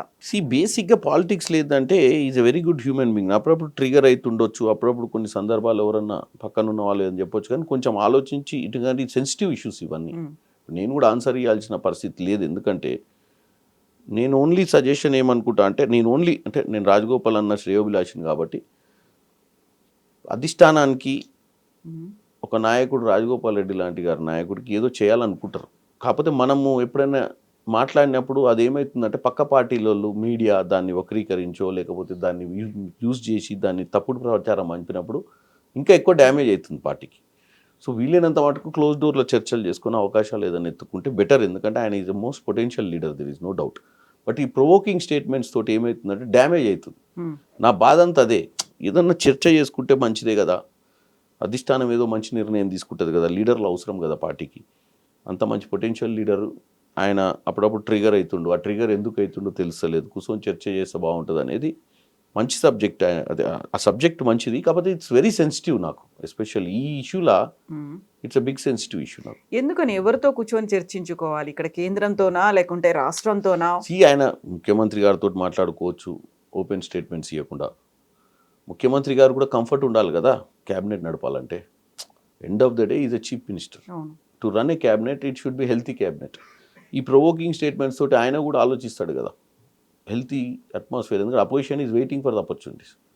కుట్రలు కుతంత్రాలు బీజేపీ ట్రై చేస్తుంది ఒక సైడ్ నుంచి. ఇవన్నీ కూడా తెలుసు కదా రాజగోపాల్ రెడ్డి గారికి. అసలు నేను అసలైనటువంటి కాంగ్రెస్ వాదిని, నువ్వు బయట నుంచి వచ్చినావు, నువ్వు మధ్యలోకి వచ్చినావు, నువ్వు ఇలాంటివన్నీ కూడా అంత నాకు తెలిసి అవన్నీ ఆయన అనలేదు. నిన్ననైతే అది AI video. Okay, that is non sense. ఆయన ఎప్పుడు ఆ లాంగ్వేజ్ లో మాట్లాడలేదు. ఆయన ఏమన్నా కాకపోతే నేనే అసలైనటువంటి కాంగ్రెస్ వాడిని రెగ్యులర్ గా I'm a leader, tomorrow I may get an opportunity అని అంటుండు. కానీ నిన్న that is a video, that voice doesn't belongs to him. I also listen. Okay, non sense అది. బట్ ప్యాచప్ అదే అంటున్నా, మనకి ఏదైనా డిఫరెన్స్ ఉన్నప్పుడు మిగతా వాళ్ళు దాన్ని ఎట్లా వాడుకుంటారో చూడాల్సిన అవసరం ఉంటుంది అంటున్నా. మనం కొద్దిగా ఏదో బాధ ఉంటే కూడా ఎక్స్ప్రెస్ చేస్తే మిగతా వాళ్ళు దాన్ని డబుల్ టైం ఎక్స్పోజ్ చేస్తారు.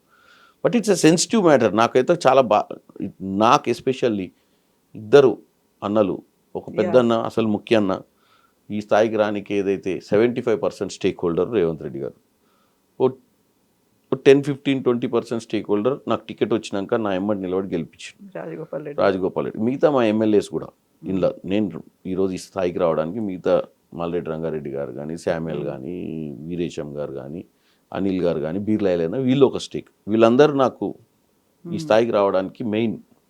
బట్ నాకేందంటే 1-2-3 లేయర్స్లో ఉన్నారు వీళ్ళు. నాకేమనిపిస్తుంది, మా వాళ్ళంతా హ్యాపీగా ఉండాలనుకుంటా. ఈరోజు నేను శామ్యుల్ గారి గురించి కూడా ఏదన్నా అంటే, నేను మంచిగా ఉండాలి, చాలా రోజులు చేయాలి, మనకు 70,000 మెజార్టీ, నాకు ఆయనకు 50,000 మెజార్టీ ఇచ్చినాం, మంచి కార్యకర్తలను ప్రేమించి కార్యకర్తలతో మంచిగా ఉండి మనకి ఏం అవసరము జీవితంలో కార్యకర్తలతో సత్సంబంధాలు ఏర్పాటు చేయాలని చెప్తుంటారు. నేను రాజగోపాల్ అన్న కూడా అధిష్టానం అందరు పరిచయం ఆయనకు. ఢిల్లీలో రాహుల్ గాంధీ తెలుసు, సోనియా గాంధీ తెలుసు, అందరు గుర్తుపడతారు ఆయన. చర్చలు చేసుకోవాలి, కొద్దిగా లేట్ అవుతుంది. కుటుంబంలో 1-2 ఉన్నారు కాబట్టి, పెద్ద మనిషి ఆయన ఇంతకుముందు ఆల్రెడీ మినిస్టర్గా ఉన్నాడు వెంకటరెడ్డి గారు. ఆపర్చునిటీస్ ఏందో తెలియదు మనకు. We have to wait. ఈరోజు నేను ఎంపీ అయినా, మధ్యాహ్నం పార్టీలకు వెళ్ళి సస్పెండ్ అయినా, నేను 2009లోనే టికెట్ అడిగిన భువనగిరి పార్లమెంటు. అప్పుడు రాజగోపాల్ రెడ్డి గారు అప్పుడే ఎంటర్ పాలిటిక్స్లకు. ఆపర్చునిటీస్ రావండి. వి ఏం sometimes it comes at the door step, sometimes it never comes even if you try for life long. ఈరోజు యూత్ కూడా అర్థం కావాలి. వచ్చినాము, మేము 10 ఏళ్ళు పని చేసినాము, మాకెందుకు అవకాశాలు వస్తాయి? రావు. అదృష్టం ఇల్లు దట్టాల్సిందే. నీ హార్డ్ వర్క్ ఉన్నప్పుడు. అదృష్టం అంటే మళ్ళీ నువ్వు ఇంటికాడ వండుకొని బయటికే పోకుండా ఇంటికి వచ్చి తలుపు కొడతారు, ఎప్పుడు రాదు అది ఇంటికి. మనం రోడ్డు మీద తిరుగుతుంటే అది అదృష్టం అనేది ఇట్లా పోతుంటే మనకు తాకుతుంది, మనం ముందుకు పోతుంటే. మనం చెట్టు కింద కూర్చుంటే అది అట్లనే పోతుంటుంది మన ముందు నుంచి, మన దగ్గరకు రాదు అది. మనం ప్రయత్నం చేయకపోతే మనం నడుస్తుంటే అది వచ్చి ఎదురు తాకుతుంది, మనకి ఇంత ఎక్కువ తాకితే మనం ఎక్కువ బాగుపడతాం. కానీ అది ఆ రోడ్డు మీదే పోద్ది, ఇళ్ళకి రాదు, చెట్టు కిందికి రాదు. అది అదృష్టం. ఆ రోడ్డు మీద వేయటానికే వస్తుంది అదృష్టం. ఎగ్జాక్ట్లీ. ఇప్పుడు కోమటిరెడ్డి బ్రదర్స్ ఇద్దరు వార్తల్లో ఎందుకని నిలుస్తున్నారు? వాళ్ళిద్దరూ మీకు చాలా కావాల్సిన వాళ్ళే. వార్తలలో నిలవడానికి కారణం ఏంటంటే, ఫోకస్ ఆఫ్ సబ్జెక్ట్ కూడా వాళ్ళ మీదే పెట్టిరు. ఎందుకంటే వాళ్ళు పొటెన్షియల్ లీడర్స్ ఉండే.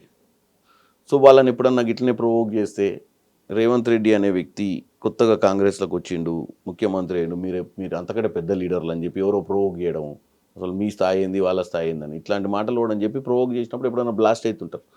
కాకపోతే వెంకన్న ఏం లేదు, వెంకన్న సాఫ్ట్. ఇప్పుడు బట్ ఈ ఇద్దరు మాట్లాడుతోంది అంతా సీఎం రేవంత్ రెడ్డి మీదే, లేకుంటే ఇంటర్నల్ గా వెంకరెడ్డి గారు ఏం మాట్లాడతలేదు. సో ఆ ఇష్యూ వచ్చిన తర్వాత కావాలనే నా పేరు బయటకు తీసుకొచ్చేలా చేసింది.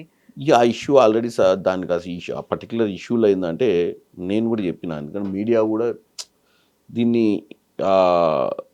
అంటే మనం చాలా సెన్సిటివ్ ఇష్యూ అది. చాలా కష్టపడి చదువుకున్నటువంటి స్థాయికి వచ్చినటువంటి మహిళా అధికారులు కూడా వాళ్ళు పొలిటికల్గా టార్గెట్ చేయండి, చామల కిరణ్ రెడ్డిని చేయండి, ఫరక్ పడదు. మేము థిక్ స్కిన్ ఉంటాం, మా కుటుంబాలు కూడా ఏం పట్టించుకోవు ఎక్కువ. ఎందుకంటే ఈ రోజు రాజకీయాలు చేసినప్పుడు ఈయన ప్రత్యర్థులు ఉంటారు కాబట్టి కొడతారు. నిజమైతే ఎవరు ఒప్పుకోరు, కానీ ఊహాగానాలు వస్తుంటాయని ఒళ్ళు దగ్గర పెట్టుకొని పనిచేయాలి రాజకీయ నాయకులు. ఫస్ట్ ఊహాగానాలు వస్తే తప్పు లేదు, నిజంగానే తప్పు చేస్తే మాత్రం డెఫినెట్గా we have to pay the price. ఊహాగానాలు వచ్చినప్పుడు మాకు ఫరక్ పడదు, ఎందుకంటే మా ఫ్యామిలీస్ థిక్ స్కిన్ అయి ఉంటాయి. ఆల్రెడీ 10-15 ఏళ్ళు చూసి ఉంటారు, వాడు తిడుతుంటాడు, వీడు తిడుతుంటాడు. కానీ ఆ మహిళా అధికారులు వాళ్ళ ఫ్యామిలీస్ చాలా సెన్సిటివ్ ఉంటాయి. ఎందుకంటే వాళ్ళు చదువుకొని వచ్చిన వాళ్ళు, వాళ్ళకి ఏం తెలియదు. సో అధికారులు అన్నాక ఏమవుతుంది, ఇప్పుడు ఒక మహిళా అధికారి ఉందంటే ఒక ఎంపీగా నేను పోయినప్పుడు డెఫినెట్గా నాకు టైం ఇచ్చి లోపల కూర్చోబెట్టుకొని మాట్లాడతారు. రోడ్డు మీద పెట్టి మాట్లాడరు, నన్ను 10 మంది ముందు మాట్లాడరు. సో బయట ఉన్నోడు ఏదన్నా గాసిప్ చేసిండు అనుకోండి, కిరణ్ కుమార్ రెడ్డి వచ్చిండు మనం అందరం ఉన్నా లోపల తీసుకొని మాట్లాడుతుంది, వాట్ ఈస్ దట్? ఇట్లాంటి సెన్సిటివ్ ఇష్యూస్ని బయట ఉన్నోడు ఎవడో గాసిప్ క్రియేట్ చేసి దాని మీద చర్చ చేస్తే దాన్ని ఎంటర్టైన్ చేయడానికి మనం తయారు చేసుకుంటే ఆ మహిళా అధికారికి పిల్లలు ఉంటారు, ఫ్యామిలీ ఉంటుంది, కుటుంబం ఉంటుంది. ఎంత సెన్సిటివ్ అండి, వాళ్ళంతా కష్టపడి సివిల్స్ క్రాక్ చేసి ఆ స్థాయి అధికారులు అవుతుంటే ఇంకా వాళ్ళు పనిచేయడం ఇంకా రాను రాను ఏమైపోతుంది అంటే ఇంత చిల్లర వ్యవహారం చేస్తే ఎవరైనా ఇంకా అధికారులకు పనిచేయాలని ఇంట్రెస్ట్. కానీ అందుకే కదా ఐఏఎస్ ఆఫీసర్స్ అందరూ ఏకమైపోయారు. This has to happen with somebody, it can happen to them also tomorrow. So అది సెన్సిటివ్ ఇష్యూ. దీంట్లో రాజకీయాలు పక్కన పెట్టాలి. రాజకీయ నాయకులకు ఎంతో డిఫరెన్స్ ఆఫ్ ఒపీనియన్స్ ఉంటాయి, ఏదైనా ఉంటాయి, కానీ but it's a very unfortunate thing happen in this state. ఆ particular episode is a very మళ్ళీ పునరావృతం కావద్దని కోరుకుంటున్నాను అటువంటి సందర్భాలు.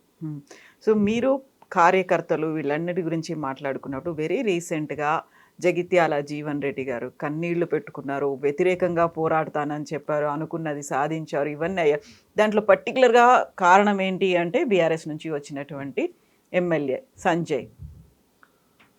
నేను ఒకటే చెప్తాను చూడండి, రాజకీయాలల్లో మనం కంటిన్యూగా సర్వైవ్ కావాలంటే ఒకప్పుడున్న ఎథిక్స్, ఒకప్పుడున్న మొరాలిటీస్ పబ్లిక్ దగ్గర లేవు, నాయకుల దగ్గర లేవు, సిస్టమ్ దగ్గర లేవు. సిస్టమ్ అంతా total from the grass root to top leadership. అంటే ఒకప్పుడు రాజకీయం ఒక కులం, కమ్యూనిస్ట్ భావాజాలం ఉన్నోడు లెఫ్ట్ భావాజాలం, రైట్ వింగ్లకు రాలేడు. ఐడియాలజీ అట్లనే ఉంది. ఐడియాలజీ కోసం చచ్చిపోయేవాళ్ళు. పార్టీ ఒక సిద్ధాంతం. ఇదే మన నల్గొండ జిల్లా కానీ మీ వరంగల్ కానీ ఇంకా పక్కన ఉన్నటువంటి కమ్యూనిస్ట్ గడ్డలు ఇవన్నీ. అక్కడ ఊర్లల్లో చంపుకుంటోళ్ళు, కానీ ఈ డబ్బులు ఉండకపోయేది. రాజకీయం అంటే టికెట్ ఇస్తే ఇది ఇది ఇది అంతే, డివైడ్. వీడు వీన్ సైడ్ వచ్చేటోడు కాదు, వీడు వాన్ సైడ్ వచ్చేటోడు, మాట్లాడుకుంటోళ్ళు కూడా కాదు ఊర్లలో. అటువంటి రాజకీయ నేపథ్యం ఉన్నటువంటి పరిస్థితి ఈ రాష్ట్రంలో ఉండే. ఇప్పుడు ఏమైపోయిందంటే పొద్దున కలిసినోడిని సాయంత్రం అడగాల్సి వస్తుంది, ఇంకా ఉన్నావు ఆ పార్టీలో అని. నువ్వు ఇప్పుడు ఏ పార్టీ అని అంటే వాడు మధ్యాహ్నం మారినేవనని మనం చూసుంటాం కదా టీవీలో. అటువంటి పరిస్థితుల మరి పైనుంచి కింది దాకా కూడా అదే వ్యవస్థ నడిస్తేనే పైన పార్టీ నిలబడుతుంది. ఈరోజు సర్వైవల్ కోసము ఇదే కేసీఆర్, ఇదే వీళ్ళు మాట్లాడుతారు. అసలు ఈ వలస రాజకీయాలని ఎంటర్టైన్ చేసిందే పోస్ట్ 2000 ఎలక్షన్స్. పోస్ట్ 2000 అంటే నేను అనేది 94 తర్వాత కావచ్చు ఈ ట్రెండ్ స్టార్ట్ అయింది. అంటే చంద్రబాబు నాయుడు, రాజశేఖర రెడ్డి ఈరా నుంచి మొదలైంది, అంతకుముందు లేదు. మొత్తం పార్టీ మారే రాజకీయాలు లేవు. రాత్రి గెలిచిన ఎమ్మెల్యేలు పోయి వేరే దగ్గర జాయిన్ అయ్యేది లాస్ట్ 20-30 ఇయర్స్ నుంచి మొదలైంది. అది ఇప్పుడు పీక్ వచ్చింది. సర్వైవల్ ఆఫ్ ద ఫిటెస్ట్ అంటారు దీన్ని. Struggle for existence, survival of the fittest. ఇవన్నీ కూడా ఏంటంటే నీ పార్టీ ఎమ్మెల్యేలను వేస్తా అంటే నా పార్టీ ఎమ్మెల్యేలు నువ్వే వేసేదని నీ పార్టీ ఎమ్మెల్యే నేను వేస్తా అనే వేసుకున్నాను. కాంగ్రెస్ పార్టీలో గెలిచినటువంటి పరిస్థితి ఉన్నప్పుడు ఇదే కేసీఆర్ గారు కనుక ప్రతిపక్ష హోదా లేకుండా చేయాలన్న పిచ్చి ఆలోచన రాకపోతే ఈ రాష్ట్రం ఇంత లూటీ అయ్యేది కాదు. ఇలా కేసీఆర్ ఫామ్ హౌస్లో వండుకుంటాడు కాదు. ఆ తిక్క ఆలోచన ఏదైతే ఉందో, అసలు ప్రతిపక్షమే లేకుండా చేద్దాం, అసెంబ్లీని నిర్వీర్యం చేద్దాము, ఎవడు కూర్చోవద్దు ఏ కుర్చీలల్లా అని చెప్పి మేమే కూర్చుంటాం, మేమే మాట్లాడుకుంటాం, మేమే ఏకాపాత్రాభినయం చేస్తాం అనుకోవడం వల్లనే ఈ రాష్ట్రంలో ఏ నిర్ణయం తీసుకున్నా చర్చకు రాలే. కాళేశ్వరం ఎందుకు కడుతున్నాం, ఈ లక్షల కోట్ల అప్పులు ఎందుకు అవుతున్నాయి, కరెంట్ ఎక్కడ కొంటున్నాం, ఏ రేటుకు కొంటున్నాం, ఏ జీవోలు ఇస్తున్నాం, ఎన్ని చీకటి జీవోలు ఇస్తున్నాం, ఇవన్నీ ఎందుకు చర్చకు రాలేదు? ప్రజలు వేసిన ఓట్ల ప్రకారం ప్రతిపక్షమే లేకుండా నువ్వు అందరినీ తీసుకొచ్చి నీ బుట్టలు వేసుకొని కాంగ్రెస్ పార్టీకి అసలు అపోజిషన్ లీడర్ లేకుండా చేయడం వల్లనే కదా ఈ ఒరవడి స్టార్ట్ అయింది. ఆయన వల్లనే ఈరోజు అనుభవిస్తుండు కూడా ఆయన దానివల్ల. ఇప్పుడు ఈ 10 మంది ఎమ్మెల్యేలు కాంగ్రెస్లో ఉన్నారా, బీఆర్ఎస్లో ఉన్నారా? వాళ్ళే చెప్తారు కదా అని మళ్ళీ నన్ను అడుగుతారు ఏంది?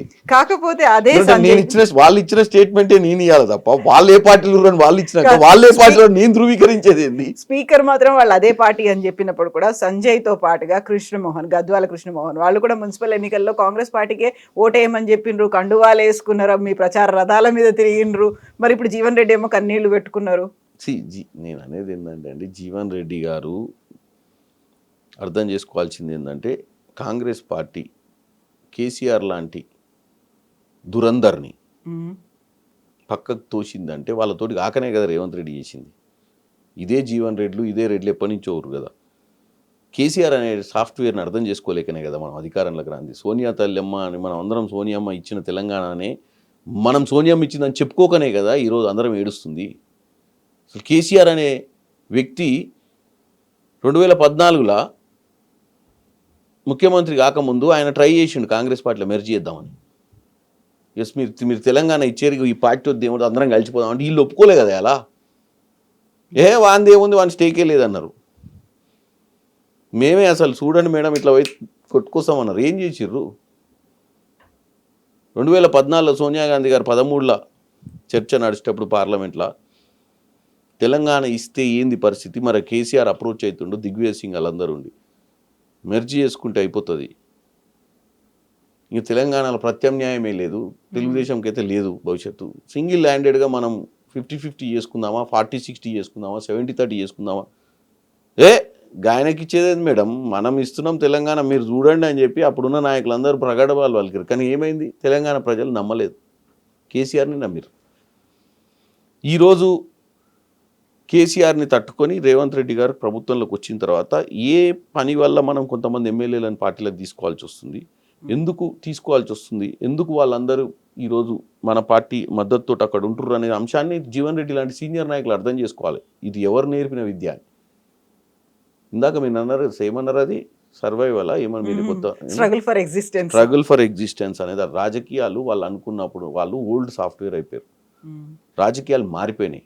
ఇప్పుడు రాజకీయాలు లెక్క ప్రత్యర్థి చేసే రాజకీయాన్ని కూడా మనమే చేయాలి. ఆయన ఒక ఆట ఆడుతుంటే మనం ఒక ఆట ఆడతామైంది. ఆయన క్రికెట్ ఆడదాం రా అంటే నాకు క్రికెట్ కాదు, నేను కాలుతోడుదంతా చేయితోడు కొట్ట అంటారా ఏంది. సో కాబట్టి ప్రత్యర్థి నేర్పిన ఆటలనే మనం ఆడాలి. వాళ్ళు మారలేదు, పార్టీ వాళ్ళు అక్కడే ప్రూవ్ చేయండి. ఇప్పుడు మరి జీవన్ రెడ్డి బీఆర్ఎస్ వైపు పోతారు అనే ఒక మాట వినిపిస్తుంది. నేను అనేది అది జీవన్ రెడ్డి గారి సొంత నిర్ణయం అండి. జీవన్ రెడ్డి గారిని కూడా పార్టీలో ఏదో ఒకటి అకామిడేట్ చేసి ఆయనకున్న పరిస్థితి, ఆయనకి ఏమీ లేదండి చెప్పండి. పార్టీ ఎమ్మెల్సీ ఇచ్చింది, ఎమ్మెల్యే ఓడిపోతే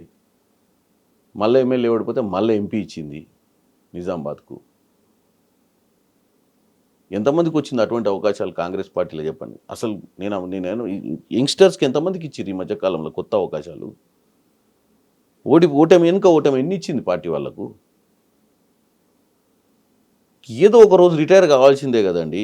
ఏదో ఒక రోజు అర్థం చేసుకోవాలి. కావాలంటే సముచిత స్థానం పార్టీ కల్పించాలని కోరుకోవడం తప్పులేదు, కానీ రోజు పోయి మనం డ్యామేజ్ చేసుకుంటే ఎవరికి డ్యామేజ్ అవుతుంది? ఎండ్ ఆఫ్ ద డే పార్టీకే కదా. వాళ్ళ లాంటి స్థాయి నాయకులకు కూడా చెప్పాల్సిన పరిస్థితి ఏర్పడుతుందా?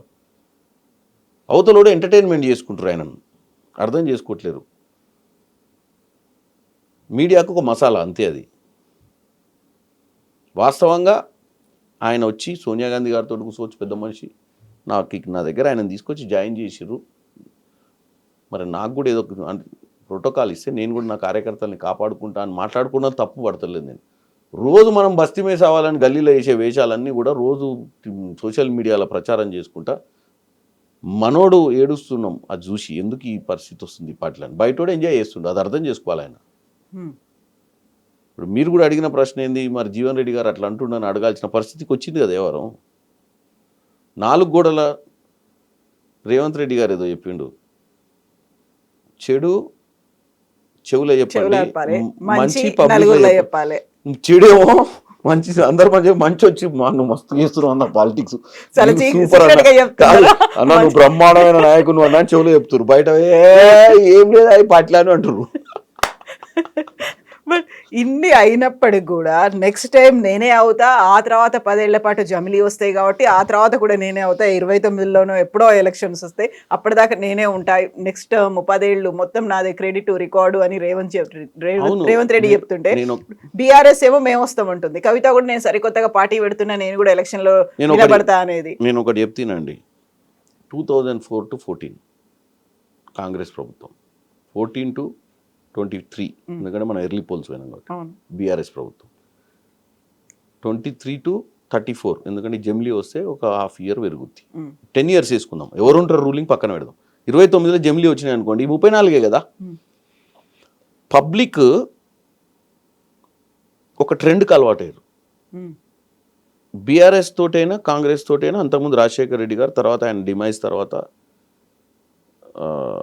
కంటిన్యూషన్ రోషయ్య గారు ఆ టర్ము. తెలంగాణ సైడ్ ఉన్న ప్రజలు కానీ ఇప్పుడున్న పరిస్థితులు ఏం ఆలోచిస్తారంటే, ఇప్పుడున్న ఓట్ ప్యాటర్న్ కూడా చూడండి, 2% నుంచి పెరుగుతూ పోతుంది కాంగ్రెస్కి. ఎంత యాంటీ ఇన్కంబెన్స్ అని వాళ్ళు ప్రచారం చేసినా, మా పోల్ మేనేజ్మెంట్ బాగున్నా, వాళ్ళ పోల్ మేనేజ్మెంట్ బాగున్నా, మా పర్సంటేజ్ ఆఫ్ ఓట్ పెరుగుతుంది. ఈ ట్రెండ్స్ చూస్తుంటే 100% తెలంగాణ ప్రజలు మేము RRR, Musi regeneration, metro phase 2, 4th future city, ఇవి కనుక ఈ నెక్స్ట్ 1.5 yearలో ఉమ్, ఒక కొలిక్కి తీసుకురాగలిగితే ప్రజలకు అంటే ఇంకొక 5 years ఇస్తే మిగతా కంప్లీట్ చేస్తాడని నమ్మకం వస్తుంది. రేవంత్ రెడ్డి గారు చెప్పేది ఏంటంటే, నెక్స్ట్ 2 yearsలో పదే పదే నరేంద్ర మోడీ గారి దగ్గరికి, పదే పదే మంత్రుల దగ్గరికి మాతో పాటు తీసుకెళ్ళి బతలాడేది ఎందుకంటే ప్రోగ్రెస్ చూపించాలి. రేవంత్ రెడ్డి గారు ప్రోగ్రెస్ చూపించగలుగుతా అని పట్టుదల ఉంది, చేయగలుగుతా అనుకుంటుండ్రు. జనం కూడా అదే దిశగా చూస్తారు. మీరు ఇచ్చినటువంటి వాగ్దానాలు నెరవేర్చలేదని పదే పదే వాళ్ళు ఈరోజు లేఖ రాసిండు రాత్రి. ఉమ్, ఎవరికి? ఢిల్లీలో మీటింగ్ పెడితే తెలంగాణ అస్తిత్వాన్ని తాకట్టు పెట్టిర్రు ఢిల్లీలో అని. క్యాబినెట్ ని తీసుకుపోయి అక్కడ ఎందుకు పెడతారు? నేనేమంటున్నా హరీష్ రావు గారికి, ప్రోగ్రెస్ థాట్ ప్రాసెస్ ఉన్న రేవంత్ రెడ్డి గారు ఢిల్లీకి 50 సార్లు పోయినప్పుడు ఆయన పోయినప్పుడు దాసుకోవట్లే, అన్నీ కనపడుతున్నాయి కదా ఇక్కడ పోయిండు. ఉమ్, ప్రధానమంత్రిని పోయి బడేబాయ్ అనాల్సిన పరిస్థితి ఎందుకు వస్తుంది? మరి మీ నాయకుడు అసలు ప్రధానమంత్రి కూడా ఈ దేశానికి అన్నాడు. మన పరిస్థితి బిచ్చగాన్ల పరిస్థితి అయింది. ఫెడరల్ స్ట్రక్చర్లో ఉన్నాం మనం. మన ప్రతి రూపాయి వాళ్ళకి ట్యాక్స్ కట్టినప్పుడు మనం వెనుకకు తెచ్చుకోవాల్సింది. మ్యాచింగ్ గ్రాంట్స్ ఇచ్చి లక్షల కోట్లు తెచ్చుకోవాల్సిన పరిస్థితి వాళ్ళు చేయలే. వానికి అపాయింట్మెంట్ అని అడిగేది. ప్రధానమంత్రి అనే వ్యక్తి తెలంగాణకు వస్తే కూడా రిసీవింగ్ చేయనటువంటి పరిస్థితి కేసీఆర్ది. మనం ఏమన్నా నిజాం సర్కార్లమా? భారతదేశంలో లేనమా? మనం ఏమన్నా నియంత పోకడనా? ఏకపాత్ర అభినయమా? దానివల్ల ఎవరు నష్టపోయిండు? రాష్ట్రం నష్టపోయింది.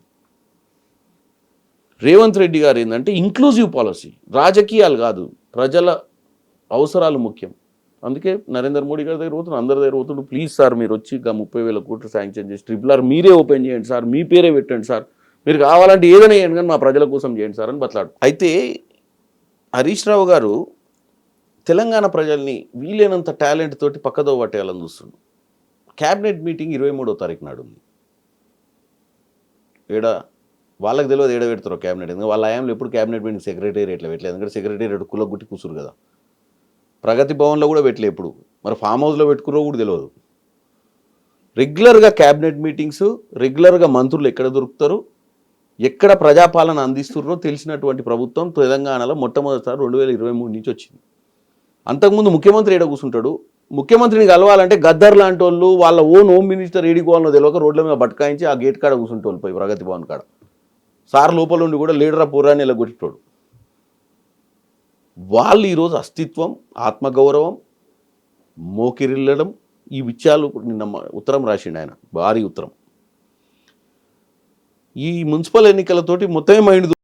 ఇప్పుడు ఇక వాళ్ళకు ఒకటే చెప్తున్నాను నేను కూడా, నా సజెషన్ వాళ్ళకు, మా పార్టీలో మేము ఏం చేస్తున్నాము, ఏం డెవలప్మెంట్ చేద్దాం అనుకుంటున్నాము, ఇలా మా లీడర్లందరినీ పిలిచి తెలంగాణ బంగారు తెలంగాణ దిశగా ఎట్లా పోతారు, ఏం వాగ్దానాలు ఇచ్చినా ఎందుకు నెరవేరుస్తలేరు అని మాట్లాడుతున్నారు మా వాళ్ళు. మా పార్టీ హెడ్ ఆఫీసు ఢిల్లీ. మా పార్టీ నాయకుల్ని పిలిస్తే ఢిల్లీకే పిలుస్తారు. మరి వాళ్ళ పార్టీ నాయకుడు ఏడ పిలుస్తుండో తెలుసలేదు. ఫామ్ హౌస్ పిలుస్తుండా, ఏడ పిలుస్తుండో, మరి ఏడ కలుస్తుండో కూడా తెలుసలేదు మాకు. వాళ్ళ పార్టీ నాయకుడిని ఫస్ట్ వాళ్ళ పార్టీ ఆఫీస్కి వచ్చి ఎన్నికలలో ఎందుకు ఓడిపోయినావో అంతర్మదనం చేసుకోవాల్సిన పరిస్థితి వాళ్ళకు ఉంది. అది చేయకుండా పక్క పార్టీవాడు ఏం చేస్తుండని అవసరమా హరీష్ రావుకు? ఎందుకు పార్టీ కంటే కూడా ప్రభుత్వం అని కదా. ప్రభుత్వం గెలిచింది. ప్రభుత్వానికి ఆయనకు గ్యాప్ ఎంతో 2% నుంచి 30% దాకా పోయింది. ఇప్పుడు గ్యాప్ ఎందుకు వస్తుంది? మన అస్తిత్వాన్ని కాపాడాల్సిన అవసరం ఆయనకు ఉంది. దాన్ని వదిలిపెట్టి కాగితం ఉంది కదా, పెన్ను ఉంది కానీ ఉత్తరాలు రాసి గాలికి ఇసిరేస్తే రాజకీయాలు అయిపోతాయా? లేదా రాత్రి కొట్టి వాళ్ళ బామ్మాడిది వచ్చి రెండు వేసుకొని ఉట్టిగా ట్వీట్ కొడితే అయిపోద్దా ఒకటి ఇంగ్లీష్లో? రాజకీయాలు అవి కావు కదా. కింద ప్రజలు ఏం ఊహిస్తారు, ప్రజలు ఏం ఆలోచిస్తారు. ఇంట్లో మన హయాంలో ఇంటికో ఉద్యోగం ఇచ్చినామా లేదా? మనం దళిత ముఖ్యమంత్రిని చేసినామా లేదా? మన హయాంలో ఎన్ని గ్రూప్ 1, గ్రూప్ 2, గ్రూప్ 3, గ్రూప్ 4 పరీక్షలు పెట్టినాం? పేపర్ లీకులు ఎందుకైనాయి? మన హయాంలో మనం ఏం చేసినాం? మన హయాంలో పోనీ 10 ఏళ్ళ అవకాశం ఇచ్చినప్పుడు బంగారు తెలంగాణ దిశగా ఎందుకు పోలే? ప్రతి ఒక్క పేదోడు ఎందుకు ధనవంతుడు కాలేదు? ప్రతి ఊర్లో ఇంకా, ప్రతి మున్సిపాలిటీలో ఇంకా డ్రైనేజీలు ఎందుకు కాలేదు? సీసీ రోడ్లు ఎందుకు కాలేదు? ప్రతి ఊరికి ఇంకా కనెక్టివిటీ రోడ్లు ఎందుకు లేవు? మరి 8 లక్షల కోట్లు అప్పెందుకైంది? ఇవే మాటలు అంటున్నటువంటి కవిత ఇంకో కొత్త పార్టీగా వస్తానంటుంది. వ్యక్తిగా వెళ్తున్నా శక్తిగా వస్తాననేది మేలో అనౌన్స్ చేస్తాను అనే మాట. డెఫినెట్గా ఆమెకు నేను బెస్ట్ ఆఫ్ లక్ చెప్తున్నా. ఎందుకు చెప్పనా? ఒక పట్టుదల, నేను ఇందాక చెప్పిన కన్సిస్టెన్సీ. ఏదైనా కోరుకోవచ్చు మనిషి. చామల కిరణ్ కుమార్ రెడ్డి ఎంపీ కావాలని కోరుకుండే, ఎంపీ అయినా ఈరోజు ఆమె కూడా ఒక పార్టీ పెట్టి కొసదాకా నడపాలి. కొసదాకా నడపాలంటే ఆమె దగ్గర అటువంటి శక్తి ఉందో లేదో నాకు తెలియదు. అంటే వాళ్ళ నాన్న దగ్గర నుంచి చూసింది, కొద్దిగా ఎంతో ఆ ఉద్యమంలో పాల్గొన్నది. ఆమెకు అటువంటి పట్టుదల ఏమన్నా ఉండి నడపాలంటే కంటెంట్ కూడా ఉండాలి. నడపాలంటే నాకు ఆమె కంటెంట్ మీద నమ్మకం లేదు. ఆమె ఇప్పుడు ప్రజలలోకి పోయి ఆమె సొంత పార్టీ పెట్టి ప్రజల్ని నమ్మించగలిగే శక్తి ఆమెకు లేదంటున్నా. ఏది? ఆమె ప్రత్యామ్నాయం ఈ రాష్ట్రానికని. ఎందుకంటే దోచుకునేటప్పుడు దాచుకునేటప్పుడు నువ్వు ఎక్కడున్నావు అని అడుగుతారు. 10 ఏళ్ళ పాలన నీ స్థానం ఏంది? మరి ఆ రోజే అలారం ఎందుకు కొట్టలేదు? లక్షల కోట్ల అప్పు జరుగుతున్నప్పుడు నువ్వు కిటికీలకి వెళ్ళి చూస్తున్నావా? ఆ బెంచ్ మీదనే కూర్చున్నావా? పంచుకునే కాడ, వాటాలు పంచుకునే కాడ పంచాయతీ వచ్చిందా? మరి ఇప్పుడే ఎందుకు అలారం మోగించినావు? దొంగతనం చేసి ఊరి బయట పోయి పంచుకొని వెళ్ళిపోయిన తర్వాత నువ్వు ఇప్పుడు పోలీసు వాళ్ళకి ఎందుకు ఫోన్ చేస్తున్నావు? అయ్యాలనే ఇంట్లో దొంగతనం అయ్యేటప్పుడు గేటు బంద్ చేసి లోపల తాళం వేసి అయ్యను అందరినీ, కొడుకును, వాళ్ళ అన్నను అందరిని పిలిచేది ఉంటుంది కదా. సిబిఐని, ఈడీని అందరిని పిలిచి పట్టించేది ఉంటుంది కదా. ఈ రాష్ట్రాన్ని 1600 బలిదానాలు, నీళ్లు, నిధులు, నియామకాల నినాదంతో తెచ్చిన తెలంగాణలో నువ్వు ఉద్యమ రకాలు రాలు కదా. మరి ఆ సోయి ఇప్పుడు ఎందుకు వచ్చింది? ఆ సోయి ఇది కనుక నువ్వు 5 ఏళ్ల క్రితం చేసి 2018 కంటే ముందే చేసి ఉంటే డెఫినెట్గా ఆమె పెద్ద లీడర్ అయ్యేది. ఇప్పుడు ప్రత్యామ్నాయం ఆమె కాదు అంటున్నారు. ఎవరున్నారు అనుకుంటున్నారు ప్రత్యామ్నాయం లేరు. రేవంత్ రెడ్డి గారు ఇంకా ప్రత్యామ్నాయం అయింది. ఇంకా వాళ్ళే ఏం లేక బామ్మడులు అందరు కలిసి రోజు పీకల వాడు కూడా తిరుగుతారు రోడ్ల మీద డప్పులు కొట్టుకుంటా, ఉత్తరాలు ఖాళీ కాగితాలు రాసుకుంటా, లేకపోతే ట్విట్టర్లో చెప్పుకుంటా, నలుగురు సోషల్ మీడియాలో నలుగురు బఫూన్ గాన్లను పట్టుకొని కట్టింగ్ చేసి మేము మాట్లాడినవి వక్రీకరించి మా రాజగోపాల్ రెడ్డి వాయిస్ కానే కాదు అది పెట్టి ఈ స్క్రైబు ఆ స్క్రైబు రకరకాల నల్ల బాలు, తెల్ల బాలు, తెల్ల తోలు ఏందేందో పెట్టి ఏం చేస్తారు సోషల్ మీడియాలో? ఎంటర్టైన్మెంట్కి బాగుంది. వాళ్ళు కంటిన్యూ చేస్తేనే ప్రజలు హ్యాపీగా ఉంటారు. ఎందుకంటే వీళ్ళు పెట్టే చూసి నవ్వుకొని పడుకుంటారు ప్రజలు. దానివల్ల ఒరిగేది లేదు, తరిగేది లేదు. సో నెక్స్ట్ కూడా రేవంతేనా? నెక్స్ట్ రేవంత్. మా ముఖ్యమంత్రి కాంగ్రెసా రేవంతా? కాంగ్రెస్ ముఖ్యమంత్రిగా రేవంత్ రెడ్డి గారు 2034 గారు సుస్థిరంగా ఈ రాష్ట్రాన్ని బ్రహ్మాండంగా, నిరుద్యోగులకు ఉద్యోగ అవకాశాలు, కొత్త సిటీ, ఈ రాష్ట్రంలో ఈరోజు 70% అర్బనైజేషన్ దిశగా మనం పోగలుగుతున్నాం. ఎందుకంటే ట్రిపుల్ అయిన తర్వాత జనగాం దాకా కూడా మనకు సిటీ లెక్కనే అనిపిస్తుంది. ఎందుకంటే ప్రతి connectivity road, radial roads, green field road Vijayawada. ఇప్పుడు విజయవాడ నుంచి బెంగళూరు 7కి పోయినా 2 గంటలలో పోతాం హైదరాబాద్ నుంచి. మంచి ట్రాన్స్పోర్ట్ కనెక్టివిటీ, గ్లోబల్ సిటీగా మన ఎయిర్పోర్టు. మనకి ఏం తక్కువ ఉందండి? ఈ కాళేశ్వరం లాంటివి కట్టకుండా అది కరెక్ట్గా ఈ సౌత్ తెలంగాణ, దక్షిణ తెలంగాణలో కృష్ణా జలాల మీద, గోదావరి జలాల కరెక్ట్ తక్కువ ఖర్చుతోటి ప్రాజెక్టులు కట్టి కరెక్ట్ రైతులకు నీళ్ళు వచ్చే విధంగా చేసుకొని ఉంటే రైతులు ఇటు ఫ్యాక్టరీలు, కంపెనీలు తెచ్చుకుంటే, హైదరాబాదు పిల్లలు ఊర్లో వ్యవసాయం చేసుకొని పంపించుకొని చదివించుకుంటే ఇక్కడ ఉద్యోగాలు వస్తే వాడు రేపు పొద్దున జనగాంలో ఉన్నవాడు కూడా RRR వస్తే ఆ RRR అవతలకు ఫ్యాక్టరీ పెడితే వాడు అప్ అండ్ డౌన్ చేయగలుగుతాడు. ఇప్పుడు MMTS మనం ఆడదాకా తెచ్చినాం ఇప్పుడు కొత్తగా 7 దాకా వంగపల్లి దాకా. రేపు ఇంటర్నల్ కనెక్టివిటీ, ట్రాన్స్పోర్ట్ పెరిగితే ప్రపంచ దేశాలతో పోటీ పడతాం కదా, ప్రపంచ సిటీలతోటి. ఆ దిశగా ముందుకు పోతున్నాం మనం. ఓకే, బోల్డ్ అంతా ఉంది, లాంగ్ వే టు గో. ఇంకా చాలా విషయాలు ఉన్నాయి మాట్లాడుకోవడానికి. But we will continue next time. మళ్ళీ మాట్లాడుకోవడానికి బోల్డ్ అన్ని అంశాలు ఉన్నాయి కాబట్టి thank you so much Kiran గారు. మీరు ఎంపీ అయిన తర్వాత వెరీ ఫస్ట్ ఇంటర్వ్యూ ఇచ్చినందుకు. And for more videos, please subscribe to iDream. Please subscribe to iDream. Please subscribe iDream. And please subscribe to iDream. For more videos, subscribe to iDream. Please like, share, and subscribe to the channel. Congratulations, iDream. Subscribe to iDream. Subscribe to iDream. So subscribe to iDream Media. iDream की iDream team अंदर की huge congratulations. Please subscribe iDream Media. Please subscribe to iDream. Subscribe iDream. Please subscribe to iDream. iDream అంటే నా కళల ఛానల్ను subscribe చేసుకున్న నోరు తిరుగుతలేదు మీరైతే గంట గుర్తు కొట్టరు. For more such videos, please subscribe to iDream. Subscribe to iDream. Please subscribe to iDream. Please subscribe iDream Media. Please do subscribe to iDream. Please subscribe to iDream Media. For best entertainment and information, please subscribe iDream. And don't forget to subscribe to iDream.